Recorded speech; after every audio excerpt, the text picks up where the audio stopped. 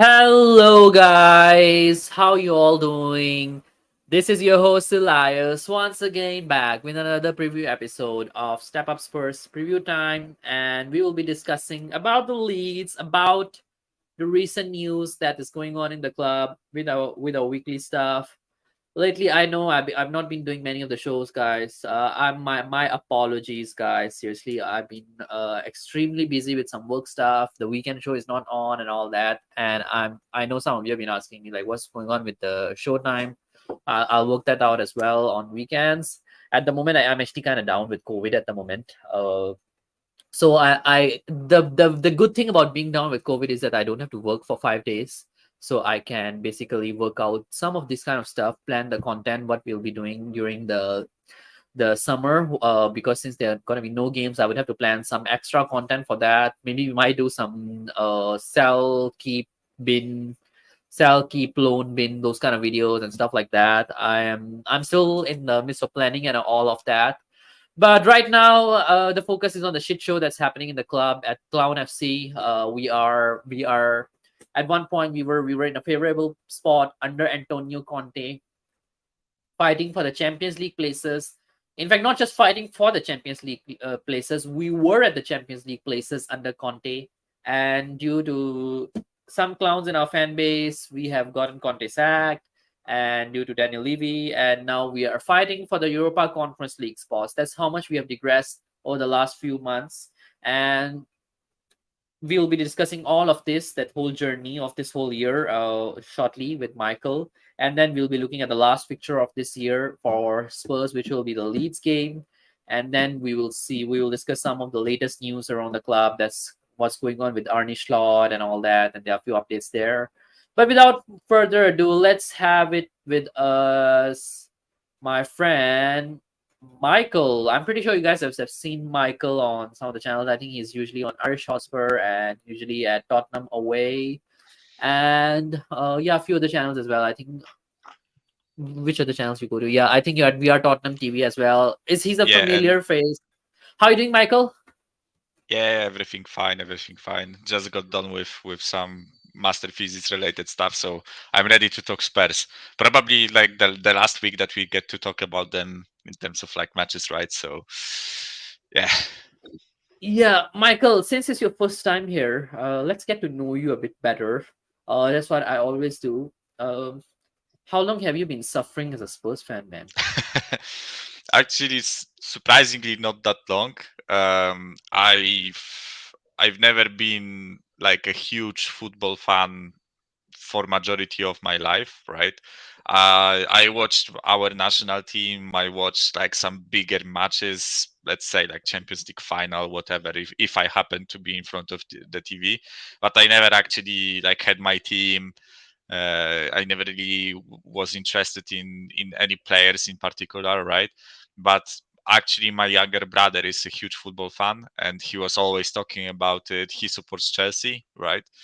Um, and because of the age gap between me and him, I am 10 years older than him.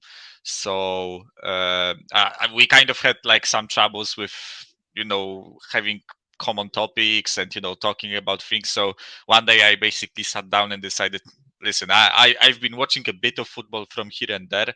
Let me actually like watch some more, maybe pick a team from English league, maybe not, definitely not Chelsea, because I didn't want to support the same team. But I was like, yeah, I would choose myself a team. And it just so happened to be the 18-19 season, and we all know what happened in that season, right? Also, Sorry, I 18-19 season, as in is 2018, 2019. yeah, Okay. to 2018-19 I was season. like Yeah, there was 18-19 season, 18-90 season. Were you even born then? Were your parents even born? no, of You were course, like, like 2018, 2019, which was the Champions League season, right, where we reached the final. And also, while watching like some random matches, I happened to notice a lot of like Spurs players. Namely, for example, my own national team got smacked by Denmark 4-0 once, and Eriksen was like at the center of everything happening. And commentators were saying, "Listen, this is Christian Eriksen. He's world class. He plays for Tottenham Hotspur, right?" Then I watched, I don't know, like I watched South Korea versus Germany, where Sonny scored the goal, right? And they said this is Son Heung-min, the player of Tottenham Hotspur, right? Harry Kane from England, and Dele Alli and some other players, right? And the name Tottenham Hotspur was somewhere deep in my mind, somewhere like hidden. But then when I started watching Premier League season and that Champions League run, I definitely got hooked. I watched both the City and Ajax matches live on TV, right? Not like from replays, but actually watched them without even supporting Spurs. But then I got immediately hooked on that and started supporting from then on, right? It's a shame because I missed most of the Pochettino time, unfortunately. But yeah, here I am, 4 years later, doing shows on YouTube, right? I see. And how has it been over the last 3 years or so? 3, 4 years, I think. I guess. Um, describe your journey in one word, maybe. Pain. it's As a it's it's first the fan. most usual word, right? But listen, it's not like it's all been pain, right? I actually think that there were like a couple of like really nice moments. I think the first part of the season under Mourinho, the first full part of the season where we at some point were first in the table after like 12 matches or something. The whole Conte second part of the last season, I think it was like extremely enjoyable to watch. Of course, like the first part of me watching Spurs, which was the Champions League run, that was amazing, right? So yeah, it's not like it's all been pain, but generally what's been painful the most for me is that I as a fan like 4 or 5 years ago I saw a lot of potential in Spurs, and I kind of that potential got killed in those 4 years, right? And I feel like we are at our worst for a long time right now. So unfortunately, I got the tougher years, right? As a Spurs fan, yeah. The pain pretty much is a good explanation. Yeah, I mean, after 19, any fan who starts supporting Spurs after the 18-19 season, after the Poch era, is like, I mean, and I understand those fans who started supporting Spurs after Poch era or during Poch era. I think yours was during Poch era, right? Yeah, it was Towards still the end of Poch, Poch right? But era. only And like a couple of months, right? Because he got yeah, sacked but in but November, I think. those fans who stayed as Tottenham fans after Poch era, like even under Mourinho, under for me it was Nuno. I supported Spurs. I was conned into supporting Spurs because that first few games of that season under Nuno, we were at the top of the league, and I was looking for a team to support, and I was like, okay, top of the league, we are going to win the league. And yeah, I ended up supporting Spurs that way. But I think for you, it's like it's different. By the way, guys, if for those of you who are in there, please smash the like button. I think it's 4 or 5 of you there already in the chats. If you haven't already, please smash that like button. And if you haven't subscribed already, hit the subscribe button as well, as it really helps in the growth of the channel. Uh, but coming back to you, Michael, tell me one aspect of this season. How do you summarize this season for us, the 22-23 season? Ups and downs. We started off the season with quite a bit of flair. There's excitement among the fans. Like I remember speaking to some of the fans that, oh, Spurs have never signed a player before the summer window has ever started. I think when we made the Paris signing last year, Yeah, and it was one of the relatively better windows in terms of how many players we have bought. I mean, quality is an argument that yes, a lot of people would bring up that yes, that quality player is not a quality player and all that, but it was an okay sort of window in terms of the quantity that we bought in. And then we go into the games and all that. First game, good. I think Southampton, was it 4-1 we scored in yeah, that game. And then since then, our football just looked like kind of dull. We were dealing with a lot of injuries since then. Even like the first month itself, we were dealing with injuries and stuff, and it just didn't look good for us. And We were at one point, I think there was a point right this season that we were at the top of the table as well Yeah, this season I for a week or think something like like that. six, 7 game weeks in, I feel like we were around first. Mm, Maybe Yeah, we not were first. I first. feel like we more like second or third. I think Arsenal was pretty much first from the beginning of the season. Definitely Yeah. first game week we were first, but after the second game week where we No, I drew think with we were Chelsea, first for like one day or something like that. It like Arsenal was supposed to play their game, and we were like that. We were yeah, at those kind of spots, one, so two and three, and even City was below us, and we were like, oh, this season it could be the title race could be between Arsenal and Spurs, and we were having those discussions going on, and now we are fighting for a Europa Conference League spot. Like, what do you think went wrong during that whole season? um, in general, I feel like a lot of people, including me, had and they had all the right to have high expectations for this season, in my opinion, right? Because like when you look at previous seasons, it's always been like late signings, underwhelming signings. The seasons haven't been great, etc., etc., etc. Right? Last season, the 21-22 season, was probably one of the first season in quite some time where we actually finished on a on a really high note, right? I would like to remind people that like since 2022 started until the end of the season, we are the most prolific front three in like the whole Europe, right? Not Yep, even exactly. PSG, not even Bayern, not even Manchester City, Liverpool. We scored the most goals, right? We were keeping clean Was it? Yeah, sheets, yeah. In terms of keeping goals, clean we were sheets. doing very well. Yeah, we were Yeah, not keeping clean sheets. yeah, like slapping teams, 4-0 at Villa, 5-1 against Newcastle, 5-0 against Everton, like those type of scorelines. And this team seemed like oiled, well running, right? And on top of that, we what seemed then added like a lot of experience, depth, etc. Right? We mainly didn't maybe like improve the first team quality, but we added a lot of depth with Bisuma, what we thought depth would be Spence, right, and those type of guys.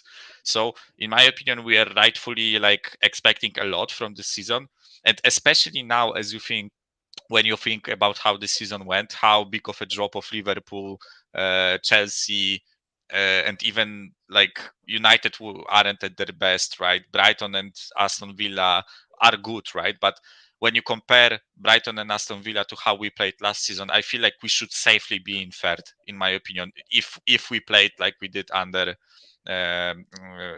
Conte at the end of last season, right? So we kind of went into that season with a lot of expectations. We slapped Southampton the first game week of the season, right? And everyone was so pumped. Then we got to draw at Stamford Bridge, which is like nothing to be scoffed at, right? It's a nice achievement. And then, as you said, We it kind of we, like we made started. fun of Chelsea. We made fun of Chelsea that game and all that. The Romero pulling the hair and stuff like Yeah, that. yeah.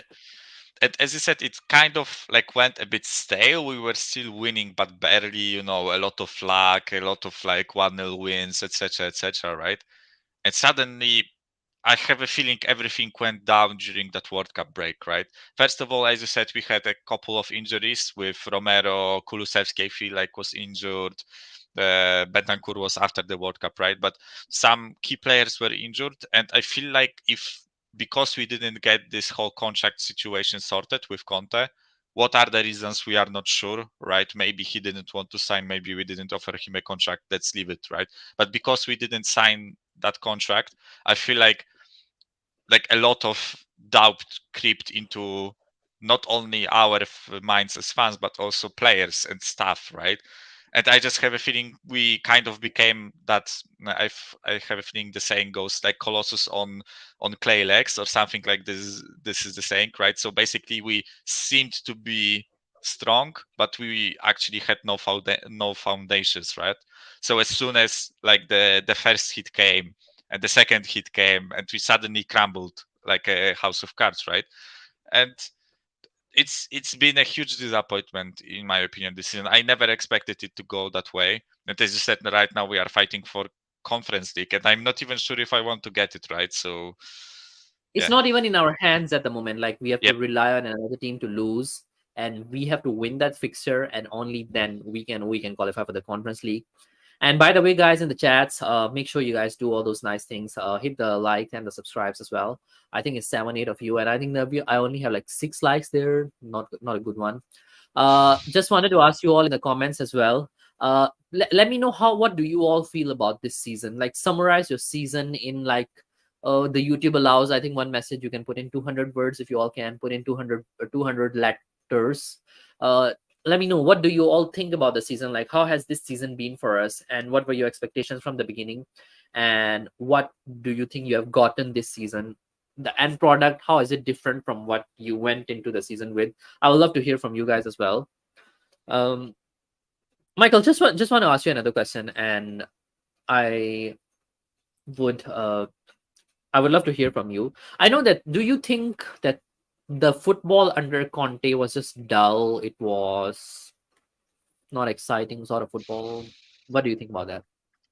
It's a bit strange because I don't think it was as bad as some people make it out to be. I know but it wasn't exciting, definitely, right? It was actually kind of boring to watch, but it wasn't as bad as many people say, right? And for me, like the reason was when we are flying under Conte last season, right? I have a feeling he had a lot more confidence in our defense. He actually allowed our like key frontline players to stay at up front and do their work. Whereas this season we kind of started similar in like the first few game weeks, but then the defensive mistakes started creeping in and heavily, like that all the dire mistakes, Lloris mistakes. Like you just have to keep like remind yourself of how the North London derby at the Scams ground went, right? And you like Lloris with defensive screw ups, Romero, Dyer, all those guys, they weren't performing up to the standard that they showed us last season. And I have a feeling Conte got kind of scared. I have a feeling, and that's why Yeah, he started expecting like the whole team to drop back even more. And I feel like this was a mistake from him. I have a feeling he should have like had more faith in our front line to deliver. So he had two choices, right? He either goes for like throws a kitchen sink at it with that formation and like wins the games for free, like we did against Leeds, for example, or he goes ultra defensive and like hopes to score one goal and keep a clean sheet, which will never happen with Loris, Dyer, and those guys, right? And that's I exactly. think what was his mistake, because we were actually scoring those one or two goals, right? But we are conceding two, three, four. That was the issue, right? And I think as soon as the bad results started, and because we went to that defensive style, like trying to keep the opposition out of our goal, I think that's as soon as he lost the crowd, right? That's the moment when most of the fans said, "Listen, I'm not going to put up with this draws, right? I'm not going to watch it."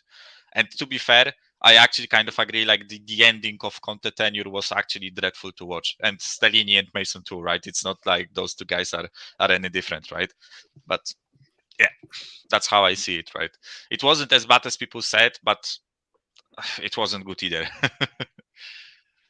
Yeah, man.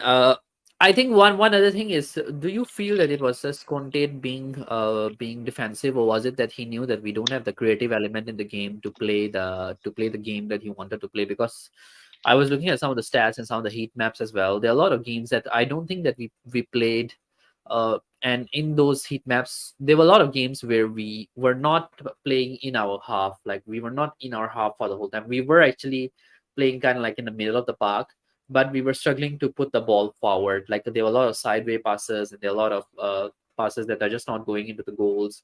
Uh, what happens is like you go from the wing back moving forward, and then the wing back forward into center back, and center back to another center back, and then it goes on. There's a lot of rotation. Like you're just struggling to Yep. score goals basically. That was one thing that I realized. Like in I know a lot of people feel that Conte's football were very defensive. I think it was more of like he was trying to control the game, but he couldn't find the creative element in terms of trying to control the game and get the ball forward into the final third, in positions where Kane, Son, or Kulusevski could score. something slightly different from last year actually. Yeah. So the way I remember it is, as you said, like last season, I have a feeling we weren't afraid to drop back. But again, you have to caveat it with saying that our defense was performing last season, right? So Yep. you could actually drop back and invite a lot of pressure, right? Some pressure, right? Then hit the opposition on the counter, right? I recommend people watch the highlights from City Tottenham game, the one that we won 3-2 at their ground, right? Watch how we Yep. played out of the defense. One of the goals that we scored, I don't remember if it was the second goal or the one that we scored, which was marginally offside, right? But the way we played out of defense was absolutely magnificent. It But that, was the second goal, yes, the one with yeah, Ryan Sessegnon twisted Kane. Yeah, I think that was the one. Yeah. yeah. So the way we scored that goal was absolutely magnificent. How we played out, but again, like defense was performing, right? So we could actually like drop back and defense. And I have a feeling Conte at the beginning of this season wanted to switch a bit from that like dropping back, inviting pressure and using Kane as a cam. He wanted to transition into controlling the ball in the midfield with wing backs, midfielders, and Son and Kulusevski who dropped back. And I have a feeling we made Kane stay up a bit more than he used to previous season, right? But that absolutely couldn't work because our midfield is not capable of like performing creative passes, right? The wingers were not the wing backs were not performing. Sonny is not meant to play in the middle of the park, trying to create for Yep. Kane, right? It should be the other way around. So I have a feeling he kind of read the squad capabilities badly. So as I said, it's kind of strange because if you look at heat maps and pass maps and average positions, we actually were like playing further up the pitch, but it seemed that the style was way slower and more defensive than previous season, even though previous Very, season we were kind of more defensive, right? very, very, very fearful sort of thing that, yeah, try not to concede possession and all Yep. that. Like, but I guess we all know that when teams play that sort of football, you just end up losing possession at some point, and then you're rattled basically because uh, I think that's what happens in a lot of our games. We lost possessions, we got rattled, then the center backs couldn't make the recoveries, Yep. made some foolish mistakes, and then we ended up conceding goals. That happened a lot of time for us. Um, and I would like to ask another question as well. In the At the start of the season as well, I think there were a lot of concerns, and I think there were concerns now in the middle of the seasons as well. We all knew that uh, we are lacking in terms of center backs in the Spurs spot. We know that this problem has been there since Toby and Yan left. We only bought like one center back since then. That Yeah, has only Romero. been Romero. That's the only one we bought. Uh, and this season again, there were expectation that okay, we'll get a center back in summer. We were linked with Bastoni. We were linked with every Tom, Dick, and Harry you can be linked with, but in the end, we only got Langley. Uh, in in January as well, yes, there were links with Skriniar, and there were discussions going on as well. Again, there were links with DeVry. Again, didn't happen. And the problem with Spurs is that you don't really have a natural center back other than Romero. Dyer is a converted midfielder to a center back. Davis is a left back who has been converted as a center back. Sanchez is just bad. And now I mean we are trying to convert Emerson Royal, who is also a right back, into a center back. Uh, like, were you concerned about that in the beginning of the season? And has that proven to be one of the factors that has let us down? Yes, heavily. Like I don't want to be that guy, but I will say I told you all. Like I told you all. I told you all. Like in all honesty, actually, like I think in the middle of July or maybe it was beginning of August, I went in onto We Are Tottenham TV and spoke with Ben and Sim, and they asked me to rate the transfer window, and I told them like for me it's a 3 out of 10, and they were really surprised The by it summer because transfer window or the January transfer window? the summer transfer window, right? Summer transfer. In the middle, yeah, I think it was beginning of August or something like that, right?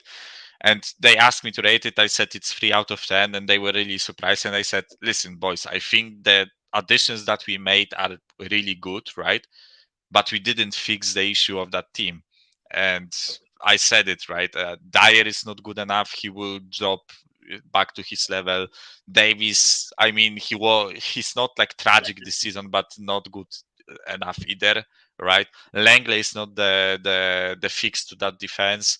We need upgrades, right? And they agreed with me, but said that my evaluation of the transfer window is a bit harsh, right? But in reality, it actually turned out to be like that, right? Because we didn't upgrade in the center backs positions, right? Yeah, The whole system fell apart, right? I think if we, and listen again, it doesn't have to be Gvardiol and like Delict, right? It can be guys that are just energetic, calm on the ball, that can make recovery runs. And this season might have been much, much, much different, right? I would rather spend 2 times 30 million on two center backs than 60 million on Richarlison, right? And that was the issue of the transfer window, and we have to upgrade in the center back area now, right? If we don't upgrade this exactly. summer in the center back area, at least with like 2 or 3 signings, then I don't know what we are doing. Yeah, sorry, I saw Steve in the chat, and it just Yeah, occurred to me since you were mentioning about the players who can control the balls and all that. Yes, Steve, you control the ball well. No, no, I'm just kidding. Uh, uh, I think Newcastle is a classic example of center backs who are not like really big names, but the yeah. way they bought them, Fabian Schär, the other guy is what's his name? Sven Botman. Botman, is it? Yeah. Yeah, Botman is another one. And that's just like the classic example of how you can actually spend in a summer. Like just bring in the players who are at least naturally fitting into that position. Unlike someone like Davies who was converted left back to a center back. Unlike someone like Dyer. who else? Who was Dyer, who's a midfielder who has been converted into a center back. Like that has been a major problem for us lately as well. Like, and the other thing also is even Tanganga, he's not a natural center back as well. He's more like a right back. If you look at his academy days as well. And what's the problem with the Spurs academy? This is another issue I find with like, is our academy not producing defenders? Like, why are we not looking into that area? Like, who is an academy player in Spurs team who can play as a center back? Name me one, guys. I I have a feeling his name is Alfie Dorrington, or I'm not sure if I Is said he the name even a center correctly. back? I think he's Yeah, a wing back. I I have a Okay, feeling he's a he's center back. Yes, he's yeah, a center. yeah, but you know, actually, like an interesting thing, like that's my opinion, right? But I think it's the hardest to bring a young kid to be a center back, in my opinion. Because if you look at it, right? Discipline? Sorry, again, Elias. Is it because of the discipline that they have? The discipline is one thing, but I also think like literally the size of the guys, right? Like 18-year-olds are still kids, right? They are still like that. Of course, there are exceptions, right? Of course, there are exceptions to every rule, right? But most 18-year-olds actually are still have that like teenage build, right? Whereas when they cross the line of age of like 21, 22, let's say, like a male body matures in that part of the life cycle, right? So I'm afraid like if we brought an 18-year-old from the academy to be a center back in our team, I feel like the kid like would have been bullied. Like imagine Mitrovic going against an 18-year-old, right? Exactly.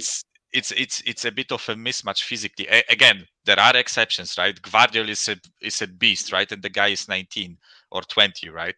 And he's like an absolute specimen, really tall, white in the shoulder area, heavy, but also quick, right? There are exceptions, but I don't know. I've never watched Alfie Dorrington play, right? But I have a slight feeling that maybe he wouldn't like be good enough to play just because of like his physique, not because of his brain or or how he behaves on the ball.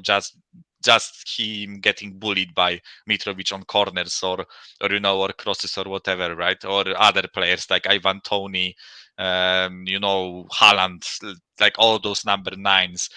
And I have like other positions on the pitch, like wingers or center attacking mids, left back, right back. Those positions are more forgiving, in my opinion, in terms of like physicality, right? You can be a small, nimble winger.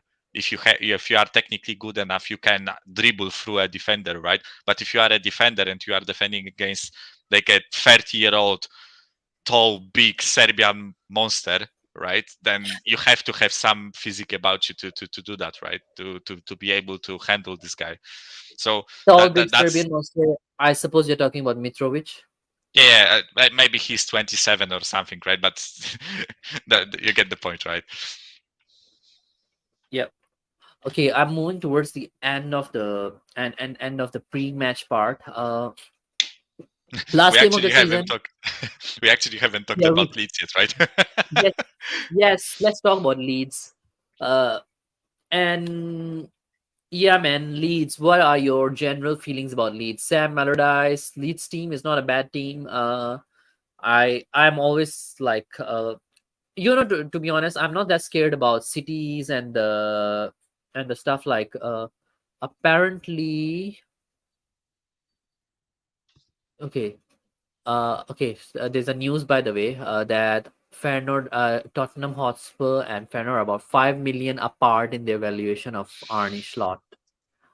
Uh, we'll talk about that later, guys. We'll talk about that Yeah. later. And yeah, let's talk about Leeds first. Then we can go into our Arne Slot, and I got guests in the back room as well waiting. Uh, Fresh is I think from Netherlands. He's behind there as well. I think he watched a bit of football as well of the stuff. Yeah, but let's go in there. Leeds under Sam Allardyce, do you think it has looked different? And the other thing I was going to say was that the thing is that what the kind of teams that makes me more scared about them are not the cities, the Liverpools, the Chelseas, and all that. But usually the teams that make me a bit concerned are teams like Leeds and teams like Aston Villa, teams like Norwich, teams like Burnley, and that's another thing that I'm a little bit concerned about right now. What do you make of it, bro? Yeah, by the way, guys in the back room, just give me 5 minutes. I'm gonna be done with this Leeds thing, and then I'm actually gonna bring you all up to discuss the latest blunder that Levy has made. Yeah. Oh, yeah. So with Leeds, right? I Leeds like kind of have this thing attached to them that they are a really like high press, high energy team because of how they played under Bielsa, right? But actually, actually, when you look at them, especially now after under Allardyce, right? They kind of went into the survival mode. Maybe that's because of the opposition they were playing against, because they were playing against City, Newcastle, and someone else, right? I don't remember who. I think um, that doesn't matter, right? But they kind of went to that survival mode where they just try to block the shit out of their goal. They don't want to concede, right? And they just try to hit you on the counter. And I'm less worried about that type of like team than that high energy pressing team. The issue is that Sam Allardyce is not a stupid man, right? And he knows how to exploit like the weaknesses of the opposition team, right? And our weakness is clearly getting pressed on the ball, right? And they have the personnel to do it. So I'm not really sure if he will employ those tactics, right? But if he actually goes into that, high press, energy, a lot of running mode, and we concede the goal in like first 15 minutes, forget about it. We are losing that game definitely, right? All our players don't have anything to play for, right? They don't care about Conference League, clearly, right? Some of them just want to go to their homes to meet their families. It's that type of Have one situation, less right? game. Have one less game in a week. Yeah, that sort of thing. Exactly, right? So if we concede first, if Sam Allardyce goes into that press mode, right, and we concede first, forget about it. We are losing the game, right? We are not good enough to claw back I a agree. 1-2 goal difference, right? If we concede 1 or 2 goals, but we have a lot of quality in the forward line. You cannot deny it, right? And if they start pressing us and we actually somehow magically find a way to pass the ball to Kane and Kane passes it to Son, we can always score from that, right? Yep. So I think it will be a relatively high scoring game. I would go for like 2 point, like over 2 goals at least, maybe over 3. And I have a feeling we will draw, and that would send Leeds down, by Oh, the you think way. we'll draw? We'll draw, you mean? May, I'm not sure about it, right? I just have a feeling we will draw. It's like we will probably lose, but I just have a feeling Well, we will we draw. need Aston Villa to lose, and then if we draw, then we can still go for Conference League. Yeah, Draw. What would be a scoreline, bro? 2-2 in my opinion. I have a feeling 2-2. it's quite I'm a going for a reasonable 2-2 as scoreline. well. Yeah, I I'm have going a for a feeling it's 2-2 as well. yeah. Uh, and with that, guys, we are done with the pre-match part. Let's bring in the guests now. Corey boy, big up to Michael, you. So Corey, And Ellis, how's it going, Steve guys? is Steve is not there. Steve, if you're there, switch on your camera, then I'll bring you in as well. What is your score prediction for Leeds game, bro? I'm going to say with Michael, we're going to draw 2-2. But then again, Yeah, I for the think last I'm going 8 for games, I 2-2 as haven't well. seen anything from our team. No fight, no desire. They're all gutless. They're all toothless. Our captain walked off. Didn't want to play for the rest of the Newcastle game. I don't believe that's an injury at all. I reckon he threw his toys out the pram I also don't believe that. and decided he wanted Big to up, be Steve. subbed. It's just a joke how it's all coming now. I want slot announced tonight, but if Levy manages to screw up yet another negotiation over a couple of million, and we know he's the ultimate penny pincher, Yep, it's guys. ridiculous. Every time something major has happened and Levy's been in control of trying to figure out what's going on with the season, over transfers, over managers, he's always tried to barter instead of just going, right, we need this now, let's get it done. He's got no balls, he's spineless. Yeah, man. And definitely now the news is that Arne Slot's valuation. We are 5 million apart. Like Fat Jesus same old shit. Christ. If we To- don't to- get It's slot, there's something going on there. to be fair, it's probably like of course I don't want to excuse Levy, fuck that guy, right? But I have a feeling it's the typical situation where, for example, you want to buy a player, right? And you value him at 40 million. The opposition team values him at 60. You meet at 50. Everyone is happy, right? Because the actual evaluation was 50 million. You just lowball it and they highball it so that you can meet in the middle, right? So I kind of have a feeling that this might be the case, that we value Slot at 5 million, they value him at 10, we'll meet at 8, and probably the things might be sorted, right? The issue is it's fucking Levy we are talking about, right? So the most likely outcome is that he actually values the guy at 5 million, right? If Daniel is literally a businessman like he says he is, he should just come to business acumen and mind and be like, right, my club's failing. It's time this shit gets sorted. I need this manager to get the fans off my back. Yeah. But then, like on Sunday, when they were going on about Nagelsmann potentially being back in the fray, and it's just frustrating that you're hearing Nagelsmann coming back, and you're like, we should have made that happen. Then we've gone. I reckon Nagelsmann was Plan A, Slot was Plan B, and then no. I everything think else is linked. Jebi was plan. Fresh. I think you're here, but your device is not connected. Try reconnecting Fresh, then I can bring you in. Yeah. Yeah, I think Jebi was plan B. Then he openly declined us, and now I think it's plan C that we are looking at. Early on, we were linked with Enrique as well. That was another one that didn't work out. So who knows? But we've been linked to everyone that has some sort of potential as well right now. It's a case of if these managers want to come, Slot wants to come, Daniel doesn't want to pay. So again, it's going to be we're going to miss out, and us fans are going to be at his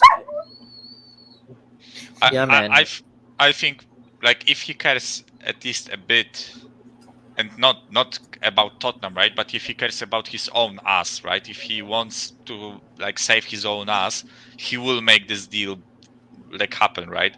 I don't think like we can accuse him of being stupid, right? But the guy isn't like actually like R-worded, right? He is not, an imbecile, right? He actually has something about him. In my opinion, you don't become like a multimillionaire without multi-billionaire, sorry, without like an inch of brain in your head, right? So Exactly. if he wants to save his own ass, he will make this happen, right? Because otherwise, if he fails at Arne Slot, we already failed at Nagelsmann. Like it's just another fuck up to the list, right? Another thing that he screwed up, right? And now by the way, Kane to United rumors came out today too, right? If he has to sell Yep. Kane to United, that's another, like in fans' eyes, Yep. that's another fuck up on his list, right? So like sort this out, Livy. Like for once in your life, actually do Sort the shit out, what Levy. what's Yeah. what's required of you, right? Yeah, Steve, what do you think? Since I think you're someone who watched quite a bit of European football, and I think you've watched Arne Slot Yeah. quite a bit. Uh, do you think it's a fair valuation that Feyenoord is putting on him? If it's 10 million, I think not 5 million. What do you make of it? I mean, the guy has definitely won a title for them. He's a precious asset for them.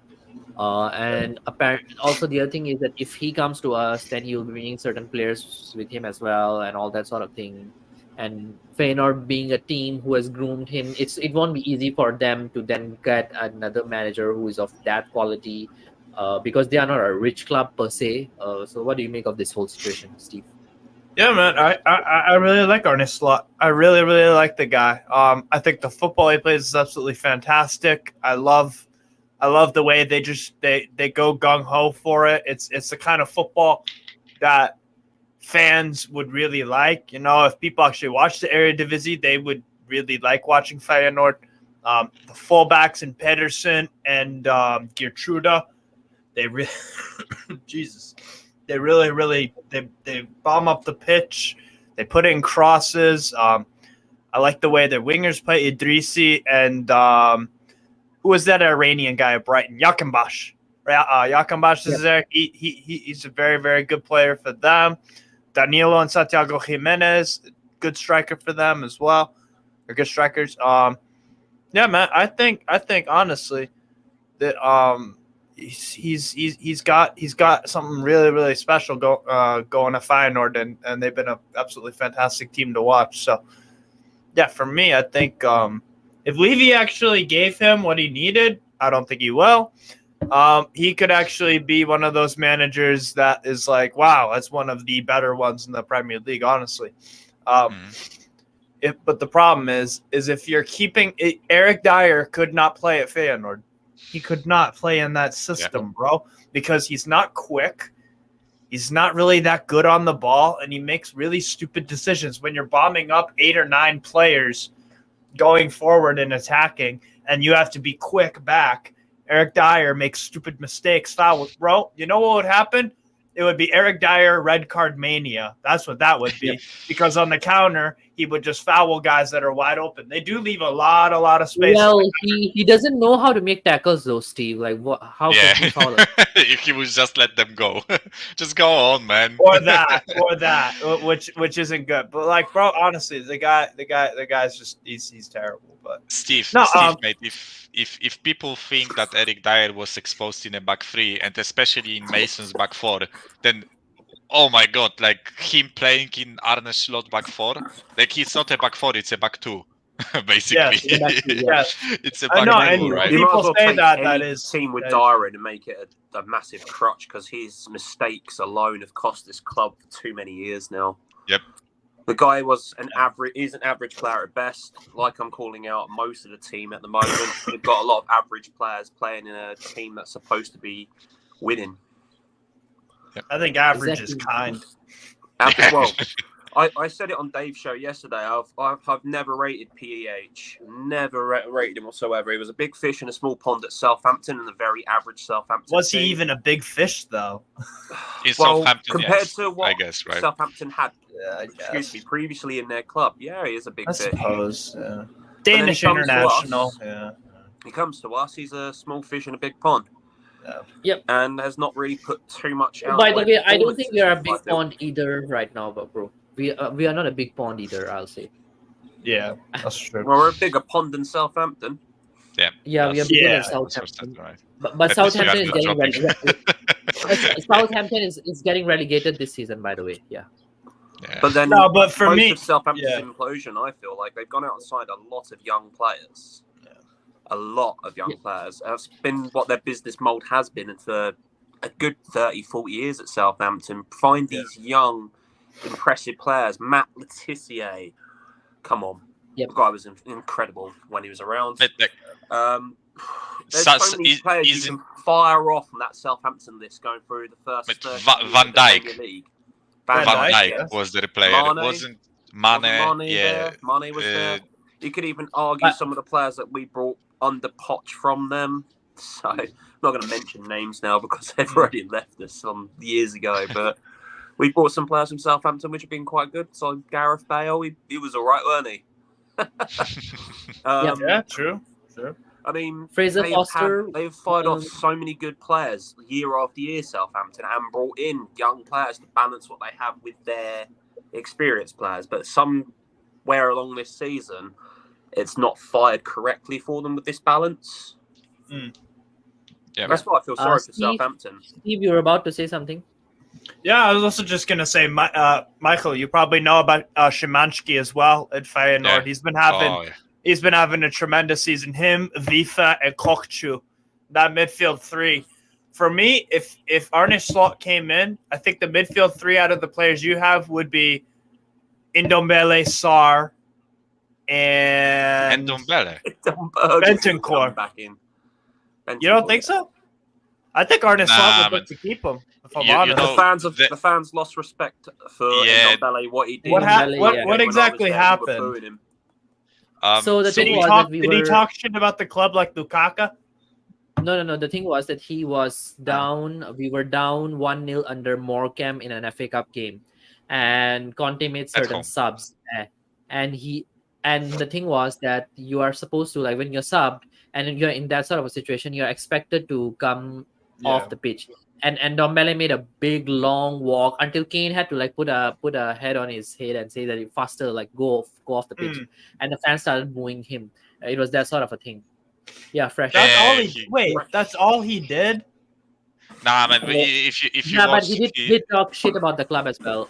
yeah, behind the scenes and- if you Okay. watched it live, he actually like made it known that he's fucking furious about getting subbed off when he was dropping an absolute stinker for 70 minutes, and we are losing 1-0 to Morecambe of all clubs, right? With all due respect, but they are in League 2 or something, right? So it was like a really tense moment, and after that he had like a bust up with Conte. Conte dropped him and blown him out, right? So I have a feeling we as a club are kind of done with Ndombele, even though like maybe he would suit his system. But to back what you said, I have a feeling out of current players that we have, I wouldn't Bentancur and be- Sarr. yeah, like Bissouma, Bentancur, and Sarr as a midfield three.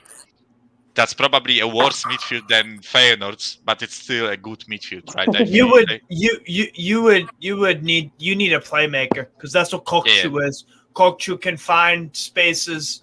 Some of the through balls from Kokchu are all my word. Some we of are these linked, balls we are linked He- with he- him a he lot. threads it through the eye of the needle. Huh? We are I linked watched with him. quite a lot of different leagues and watching them this year with the passing range that he has. That means we don't have to rely on Kane to drop deep and find these balls now, which means if Slot comes in and we bring him in, we can now start focusing on Kane just being that player up front that we've been needing for the last couple of seasons, not the playmaker. Yeah, Yeah, and we are honestly, if you guys got a Kokchu, I think that's a player that I'm surprised he's not linked with more clubs because this guy is the real deal. I'm telling you right now. Orkun Kokchu, Talented. he's going to be bro. And you know what? physically he doesn't look like the biggest guy, but you know what I like players that can bounce off guys, right? You shove them, you push them, but they just bounce off, and they have it's something in their head that they don't care, man. Oh, They don't Bruce Lee care. saying, "Be like water, just flow." Yeah. Yeah. Like to make a comparison, right? And of course, I'm not saying he's as good as him, right? But if you look at Messi, he's really small, right? And he doesn't look big, right? Messi is But the smaller guy than is him. actually the guy is actually like strong. He's really like solid on his legs. His like spine structure, spine solidity is really great, right? So And whenever you some of the shoulder through bar, balls. Some of the through balls are Messi-esque. It's genuinely like it's some of these performances he's putting in as well in games against Ajax, against PSV, and in the Europa League, bro. He's a special player, honestly. Yeah. You guys, Yeah. so you By guys the way, will help Fresh- bring him in. I'd rather Fresh, you wanted to talk about Arne Slot. Yeah, Just hold on, because Corey. I Yeah, tell us about it.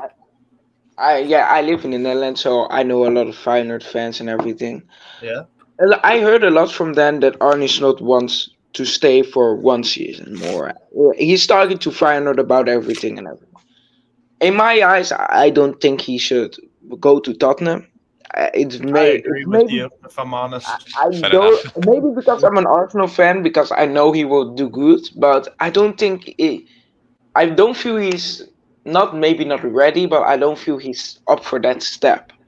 I think maybe a lower Premier League side. I think maybe, but maybe I'm just it. But I think he will go. I would think he would be perfectly if Leicester stay up. I don't know if they are already relegated. No, they're But already down. They Mathematically, are they're almost down. oh, they relegated. are. No, they're almost down. Yeah. Yeah, they're almost. But or maybe a Wolves or Fulham. But Fulham are.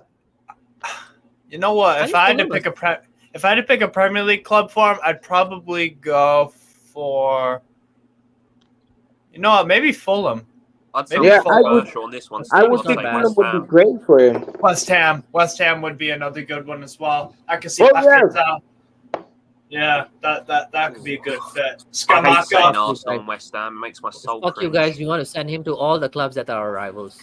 Screw the no, other guys. Man.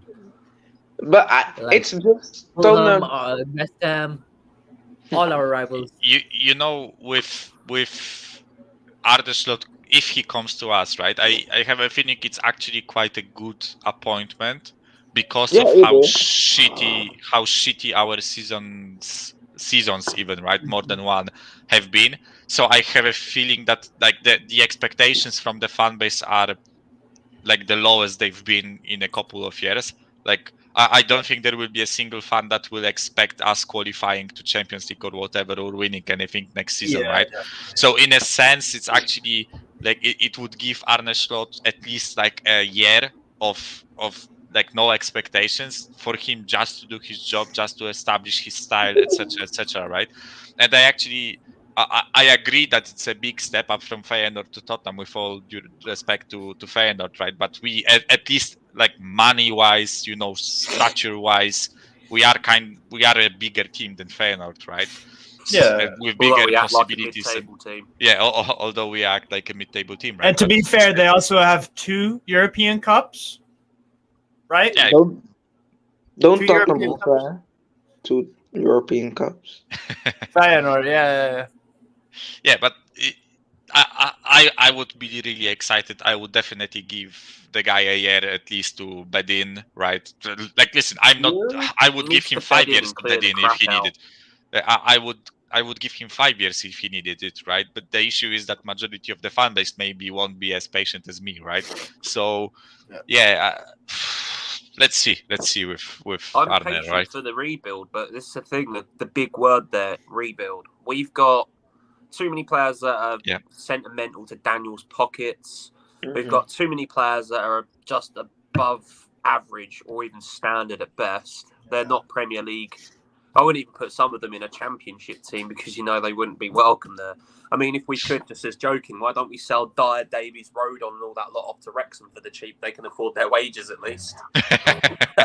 You know what I mean? Really punish them, make them go down the leagues and make them think what they missed and what fans they've let down. Then they can go and let down a big bunch of fans in Wrexham.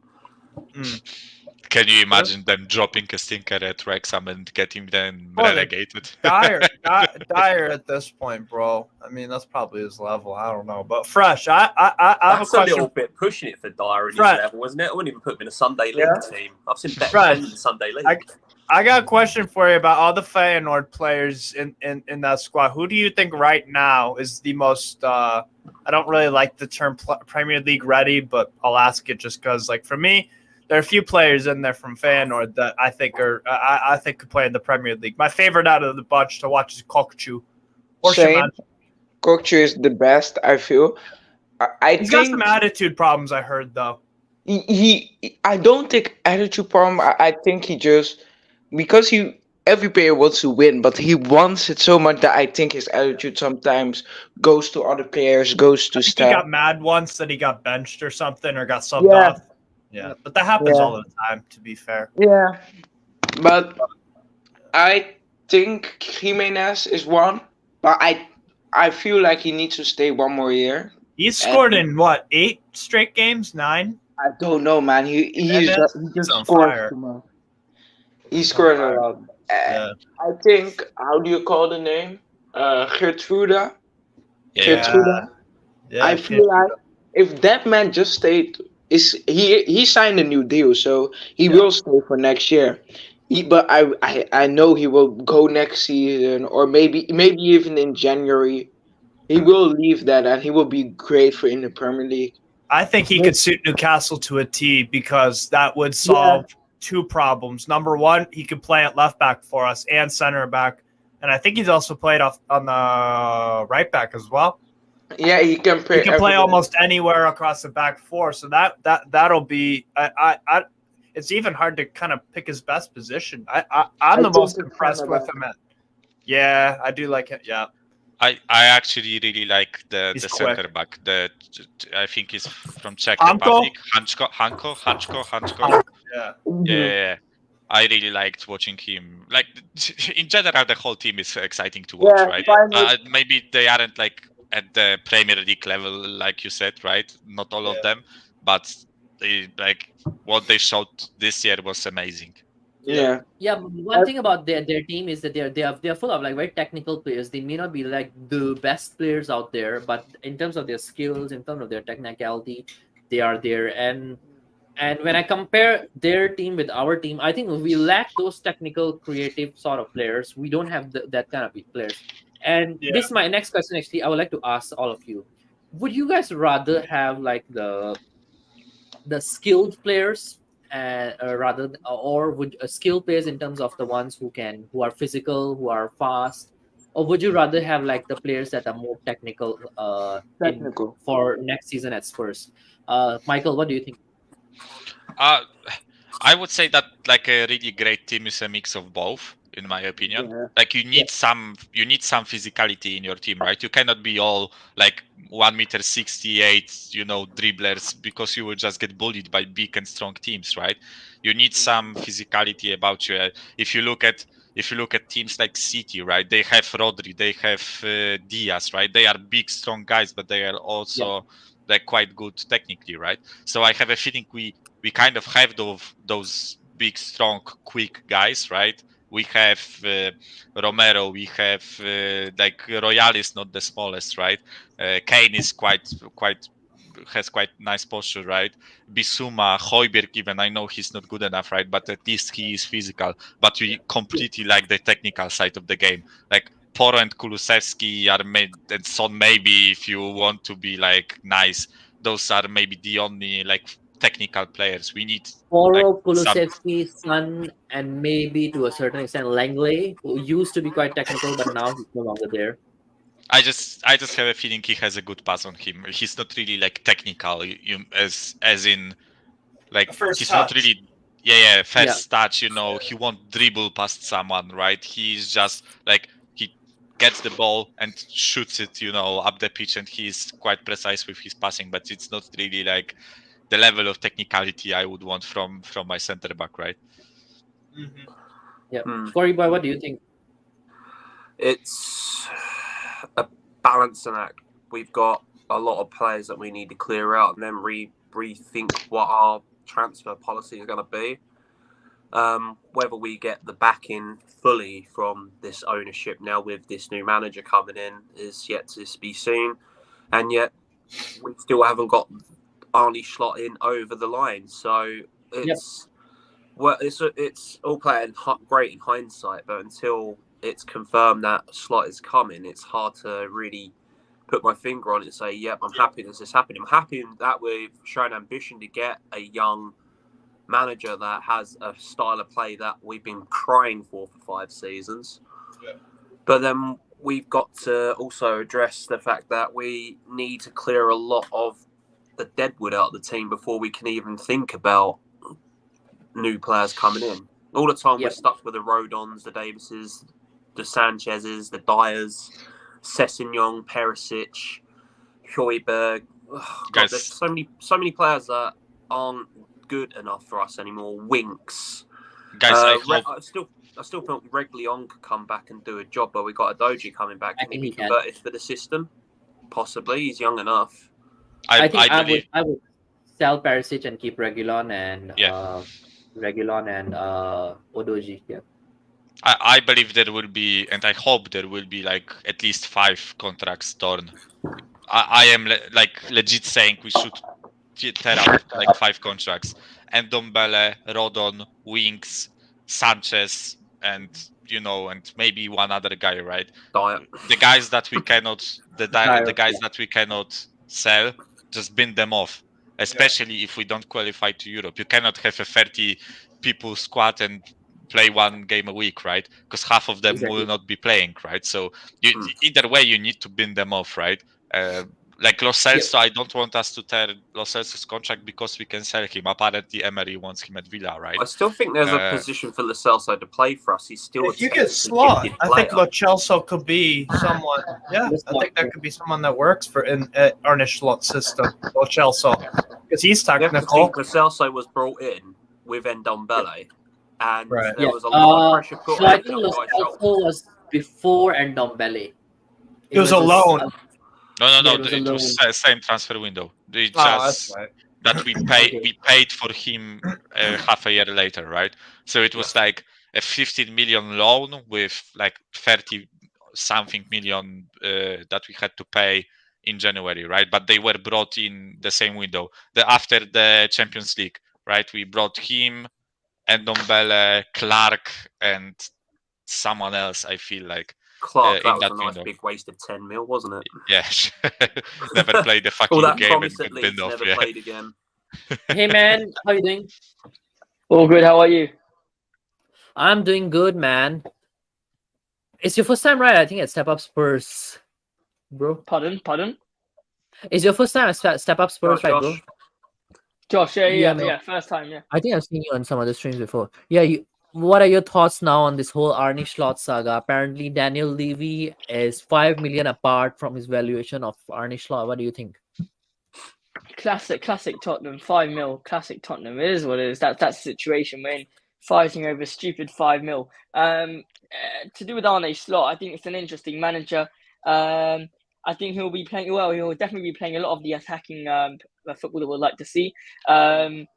You'll see how he'll if he plays through at the back, he will move one of his centre backs towards the midfield like Stones does at Man City. There'll be a lot of changes if he does come to Tottenham Hotspur, but I think it's a good appointment just because he's not a big manager. Previously, we've signed likes of Pochettino, Mourinho, Conte. They're not small managers; they're big managers, big names. I think now that we're going for a slightly less known manager, kind of under the radar. Help us. Under the radar, correct? Yeah, man. By the way, Josh, are you waiting down there quite long? Because I didn't see you. Because no, it's all good. Literally, sorry about that. Good. 5 minutes. Calm. Yeah. Sorry about that. Yeah, I mean, the other thing that I wanted to ask all of you was, if let's say Arne Slot were to come at Spurs, which players out on loan do you think would work out for him? Do you think Ndombele, likes of Lo Celso, likes of Reguilón? Straight 100% Ndoji.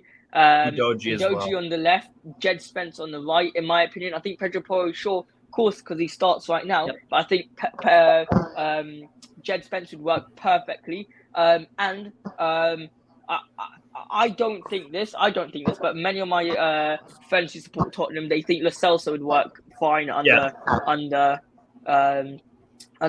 what's the name, Arne Slot. Slot. I still don't know about it, because the way I go about it is I say that that Lo Celso is a La Liga player. But I think if he does come to Tottenham Hotspur, I wouldn't mind him. I'd have him over Ndombele all day. I think I honestly, bro, another one that I you know what I think he'd do with Pedro Porro. I think he'd convert. For you guys, I think he'd convert him into a winger. Possible. I think that's where his best position lies, really. After seeing him in that one match with Kulu playing behind Kane, that's what it should look like. And at Sporting Club de Portugal, the guy had just a free license to, What about Brian Gill? What are your thoughts on him? Brian Gill could probably work, possibly. I don't. The thing is with Lo Celso, I think it's easier to, because in a midfield three, you can build. If one player isn't quite a Premier League player, if you have two other players that can create space for him, or if he can create space by himself and he can operate just to slot in passes and all that, I think that could work. I think with the winger though, you need to have a bit of physicality and you need to have a bit of just a little bit. I don't know. It's different for me with wingers compared to midfield, just because of the physicality. Because if you want to beat a man, he's going to be chasing you down, and he's going to be shoving you and all that stuff. I don't know about Brian Hill. I think you might sell him anyways, to be honest. I think Brian Hill should be going. I think the problem with Brian Hill is not so much of his technical abilities, but the problem with him is his physicality. His end product in Premier League. Yeah, his end product is another one. Like in Premier League, he always gets bullied by the Premier League defenders. Like with Lamela just scored for Sevilla, by the way.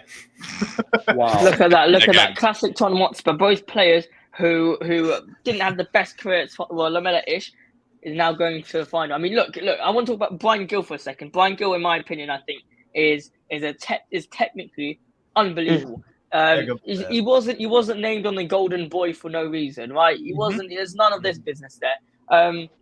I think if he had his physicality a bit more, it'll be good. But I just don't think he's a Premier League player. That's why I think at La Liga he can thrive and honestly go and do big things over there. I think especially with the likes of Eric Lamela right now in the same team as him in Sevilla. Really helping him, because he was in a similar situation at Lamela. So again, Brian Gill is another player like Lo Celso who is very, very, very technically gifted, not necessarily physically strong enough, as you've seen also with Lo Celso many times when he was in the middle of the park for Tottenham Hotspur playing in that 3 or that 4. He just wouldn't suit out. But my question is, if you would have, let's say, Ndombele or Lo Celso in this team right now, they wouldn't be able to cope with him, with them, and like 2 in the midfield. They wouldn't. So it doesn't matter who you don't bring back right now. 2 in the midfield just doesn't work out. The managers don't get that right now. They're not understanding it. And Arne Slot play. You guys need a whole rebuild of your midfield if you want to play slot. So it won't happen in one window. Yeah, definitely not. That's why we need to give the guy a time. Right? Even if we revamp the defense, right? Even if we bring in center backs and an attacking mid, whatever, right? We will need to fill other gaps in the team, because the team will try to play his tactics, and we don't know, maybe some players that we already have in the team and we think will perform won't be able to do his system. Then we will need to move those guys on and find replacements, right? So you need time to get rid of the players that he doesn't want and bring in players that he wants for his system, etc., right? That's why we need patience. We need to give those guys time, not the thing that we did with Conte. We are done with him after 6 months or 8 months. But Michael, right? Michael, right? I'm not defending Conte. Yeah, Michael. Yeah, but how long can we be impatient for? How long can we be patient for a trophy? We're not talking about winning a Premier League. We're not talking about winning, Champions League. We're talking about winning a single cup. We're in this situation where I just listened to another stream. Are West Ham in 2 years going to be a bigger team than us? Who knows? No. Is Aston Villa? Why not? Why not? What's the difference between Aston Villa and Brighton and West Ham? What West Ham are about to win a trophy? Okay, before this match, I'm saying if they would have won versus Sevilla, gone one trophy up. Brighton and Aston Villa have a better future than Tottenham Hotspur right now. Look at it. Let's state the facts. They have a And better Brentford. future than us. And Brentford. I wouldn't say Brentford. No offense, I wouldn't say Brentford, but you know, look at Tottenham's back line. We're talking about Eric Dyer, Ivan Perisic, you know, Langley Davis. Our goalkeeper's out. Hugo Lloris is out. Højbjerg's he's he's mid. We got on the left hand side. We've got Sonny's leaving the club very soon. Next year, probably this is his final year at Spurs. Kane on the verge of leaving. We got on the right. We don't even have a right winger right now because Kulusevski not officially signed for Tottenham Hotspur.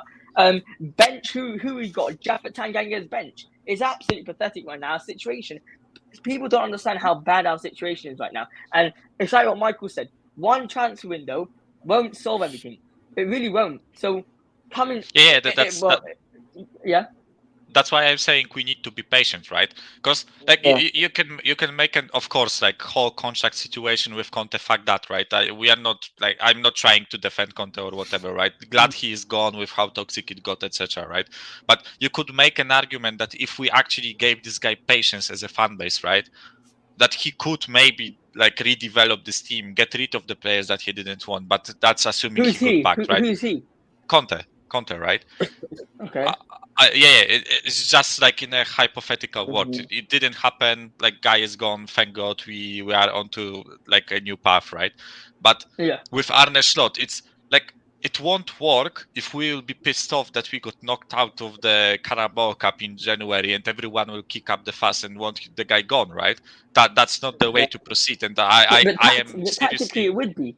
It would be tactically. If we do go out to Nottingham Forest, everyone's going to be pissed, and rightly so. We should be pissed at Arne Slot or Daniel Levy if we do go out to Nottingham.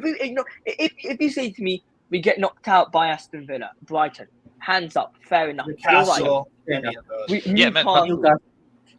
Any of the top 10 teams. Yeah, but this would be like what, his 5th month in the job, right? That's what I'm saying. You can be pissed, but you know, suddenly like half of the YouTube scene will be saying "slot out," the football is dreadful, whatever, exactly. Right? We have to be like patient enough to give the guy at least a season to, you know, to sell some players, bring in his own players, right? If we do this shit that we will be, you know, shot out in January, then what's the fucking point in guy being here, right? Let's go with Mason then, right? Because at least he's one of our own, you know, whatever, like the most useless argument in universe, right? So actually, I have another question since you brought up the point about slot out and manager out and that issue that you have been dealing with. Do you think that Daniel Levy, as an owner, he crumbled under the pressure of the majority of fan base or the general fans? Sometimes hell no. Hold on. The wrong type of pressure I'm talking about.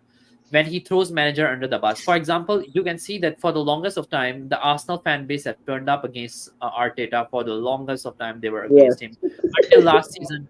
I mean, Fresh is an Arsenal fan. Until last season, this season, when they were at the top spot and they were doing well, and there were chances that he will win the league. And now again, they have turned up against him for the long for a long run. Do you think at some point Daniel Levy has to realize that he needs to stop crumbling under that sort of a wrong negative pressure from the fan base and trust a manager no matter what, like what Kroenkes did with Arteta? Fresh, what do you think? I think, in my eyes, if he don't need to be scared of fans, like, because let's be real, as a fan, you can't do anything about it. You aren't in the dressing room and everything. You can't be doing anything about it. Maybe the owner, even I was Arteta out because he wasn't doing the job. I expected him to do better, and right now we almost won the league. We bottled it. Yeah. But I'm still very happy with Arteta, and I want to keep him improving. I'm going to clip it, Arsenal fans saying we bottled it. I respect that. We did it, right? We bottled it. Yeah. I can't be lying. I don't like to say it, but we did. It's the truth, yeah. We did. Yeah. We were almost 90% of the whole league. We were up top. We were almost 12 points. I don't know how many up top, and we crumbled. But I still want Yeah. that to improve. But with Levy, it's just thing he needs. He don't need to be scared. Like the thing with what happened with Kante, he went to the press and said everything he wanted to say. Sure, then it's the reason to sack somebody. But when the fans say after one match, sack the player, sack the manager, he don't need to crumble because he also needs to know his manager. He also needs to know his players because or Exactly. else he won't sign him. Big difference, though. Big difference, though. There's a big difference. The fact that Arteta is an Arsenal legend. Big difference. The Yeah, fact I is, get that. I wouldn't say legend, maybe, but I don't won't even say think that. he's he's a big personality at the Arsenal FC club. Am I not correct? He's a big personality. Yeah, he is a right fact. now, but like not as a player at Everton. He wasn't even a legend, but he's more known for Everton. I know what you're saying now. Look at this, Right though. now. But look at this. Not a There's legend. no Not difference. a legend. Not a legend. A good player for Arsenal. But there's no Sure. difference, yeah? Yeah. If you come and take Arsenal's job, yeah? Arsenal, okay, they've been finishing 8th, 7th, 6th for the past God knows how long, while Spurs have been finishing above them, yeah? Yeah. You know, Mhm.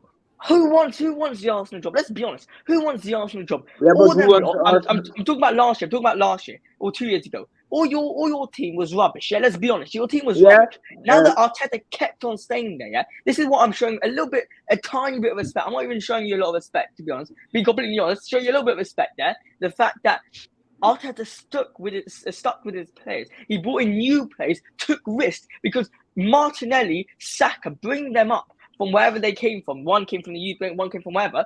Bring them up, yeah, is a risk you're willing to take. Look, that Arteta was willing to take. Let's be honest, he was on the lowest point. He was what we were talking about relegation, but as a joke. We were talking about it as a joke, but you know the fact is, at that point in time, he took a massive risk, and it benefited him. I don't think nothing there was tactically. Tactically, Arteta didn't say, "Oh yeah, let's bring in Saka." It was a random risk because let's be honest, you lot were on a crap form. Okay, bring in Tottenham Actually, Hotspur, but the fact is, we were on insane form. Now every other manager that comes in here that doesn't perform for us, we are instantly out. So bring in a point of view. Again, nothing against you, Fresh, yeah, except for you're an Arsenal fan. But bring in a point of view that the fact that a guy who has been with your club for the past That's 5 years, 6 years, has barely done anything for your club, except for the season, yeah. Then to bring someone from a Tottenham team, you know, the fact that Tottenham have been finishing Champions League spots season after season, and then you bring in Conte, okay, who if he does one thing wrong, we are out automatically. We out because we don't expect. Let's be honest. We don't expect anything below Champions League football right now. Arsenal right now are gassing up the fact that they got Champions League football. Yeah, what's the difference between what Newcastle did and In 7 years? Arsenal? After how many years has Arsenal You know got what the Champions League difference already? is between what Newcastle? You know what the difference between what we did versus what Arsenal did? Let's look at the points on the table. What? That's the only difference, bro. How many points? We're 11 points off Arsenal. That's the difference between what we done and what Arsenal done. And if we win, Exactly. if we win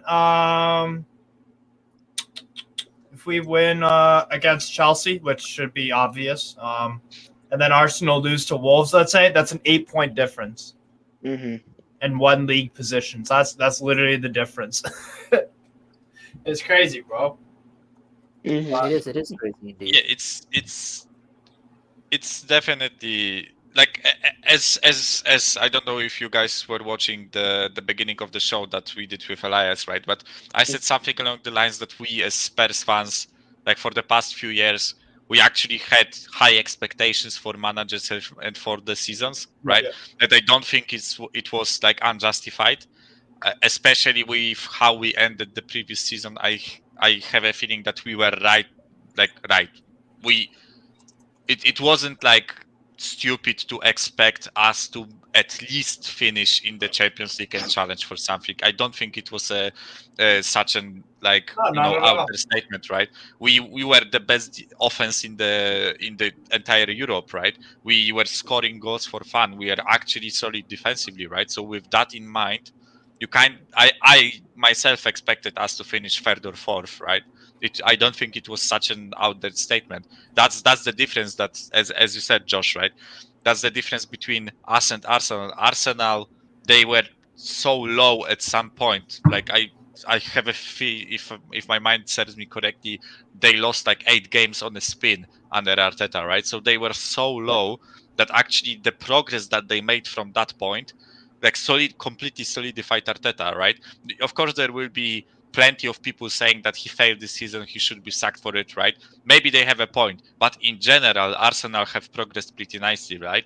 The issue with us is that we were doing really great under Poch. Champions League final was the pinnacle of that whole thing, right? Then we sacked Poch too, and our own ownership said, okay, we are sacking Poch, we are bringing Mourinho, we are going to fucking win something, right? And they failed at that. So we as a fan base, I think rightfully, first we had expectations, but we rightfully also were impatient, right? Because we loved Pochettino, he got binned, you brought in Jose, who we have no emotional attachment to, right? Hello? So he either wins or Yep, fucks I off, hear you, right? I hear you. Same thing with Conte. He wins or he fucks off, right? Yeah. What my point was that with Slot now, we are down in the dumps again, right? We are where Arsenal were like 3 years ago, right? So right now, we as a fan base need to show patience to Slot or whoever the manager is, right? Because we are talking Yeah. about Slot as if he was a manager already. He's not appointed yet, right? But if it is Slot, we need to show him patience that Arsenal showed to Arteta, right? And let's not forget that I think if not for COVID, Arteta might have been sacked, like in the middle of one of those 8th place season finish, right? Because like the lack of fans in the stadium actually kind of saved his ass, in my opinion. If he was losing 8 or 9 games on the spin with fans in the stadium, that might have been a different story, right? But nevertheless, we have to show the same amounts of patience to Slot to give him a chance to actually perform. I don't think we even have an opportunity. Like I don't think there was a question whether or not we should give a patience to the next manager because we don't. We have we're no in this choice. situation right now where we Yeah, just we have don't no have a choice, choice. right. Exactly.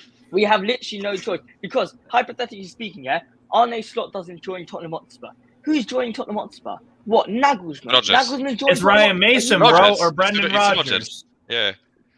There's literally the only one who probably is going to join Tottenham Hotspur next is flipping. I don't know. Brendan Rodgers. Graham Bob Potter, Simmons. Brendan Rodgers, those guys. Mark Hughes. Okay. No, Brendan Rodgers absolutely not. Would absolutely not like Ole Brendan Gunnar Rodgers. Now. Solskjaer. The only common denominator out of all this, just so you all know, and I love Cali Boy's little thumbnail there, name tag there, is Levy. He is literally the pinnacle point of this whole thing. We're in this mess because I of him. agree. Although He he gave us money, sure. But then, who did all those transfers? It was Levy. Sorry, it was Levy. Yeah, All right. Who sacked all the managers? Levy. it was Levy. Who pays the most ridiculous wages to these players who don't perform week in week out?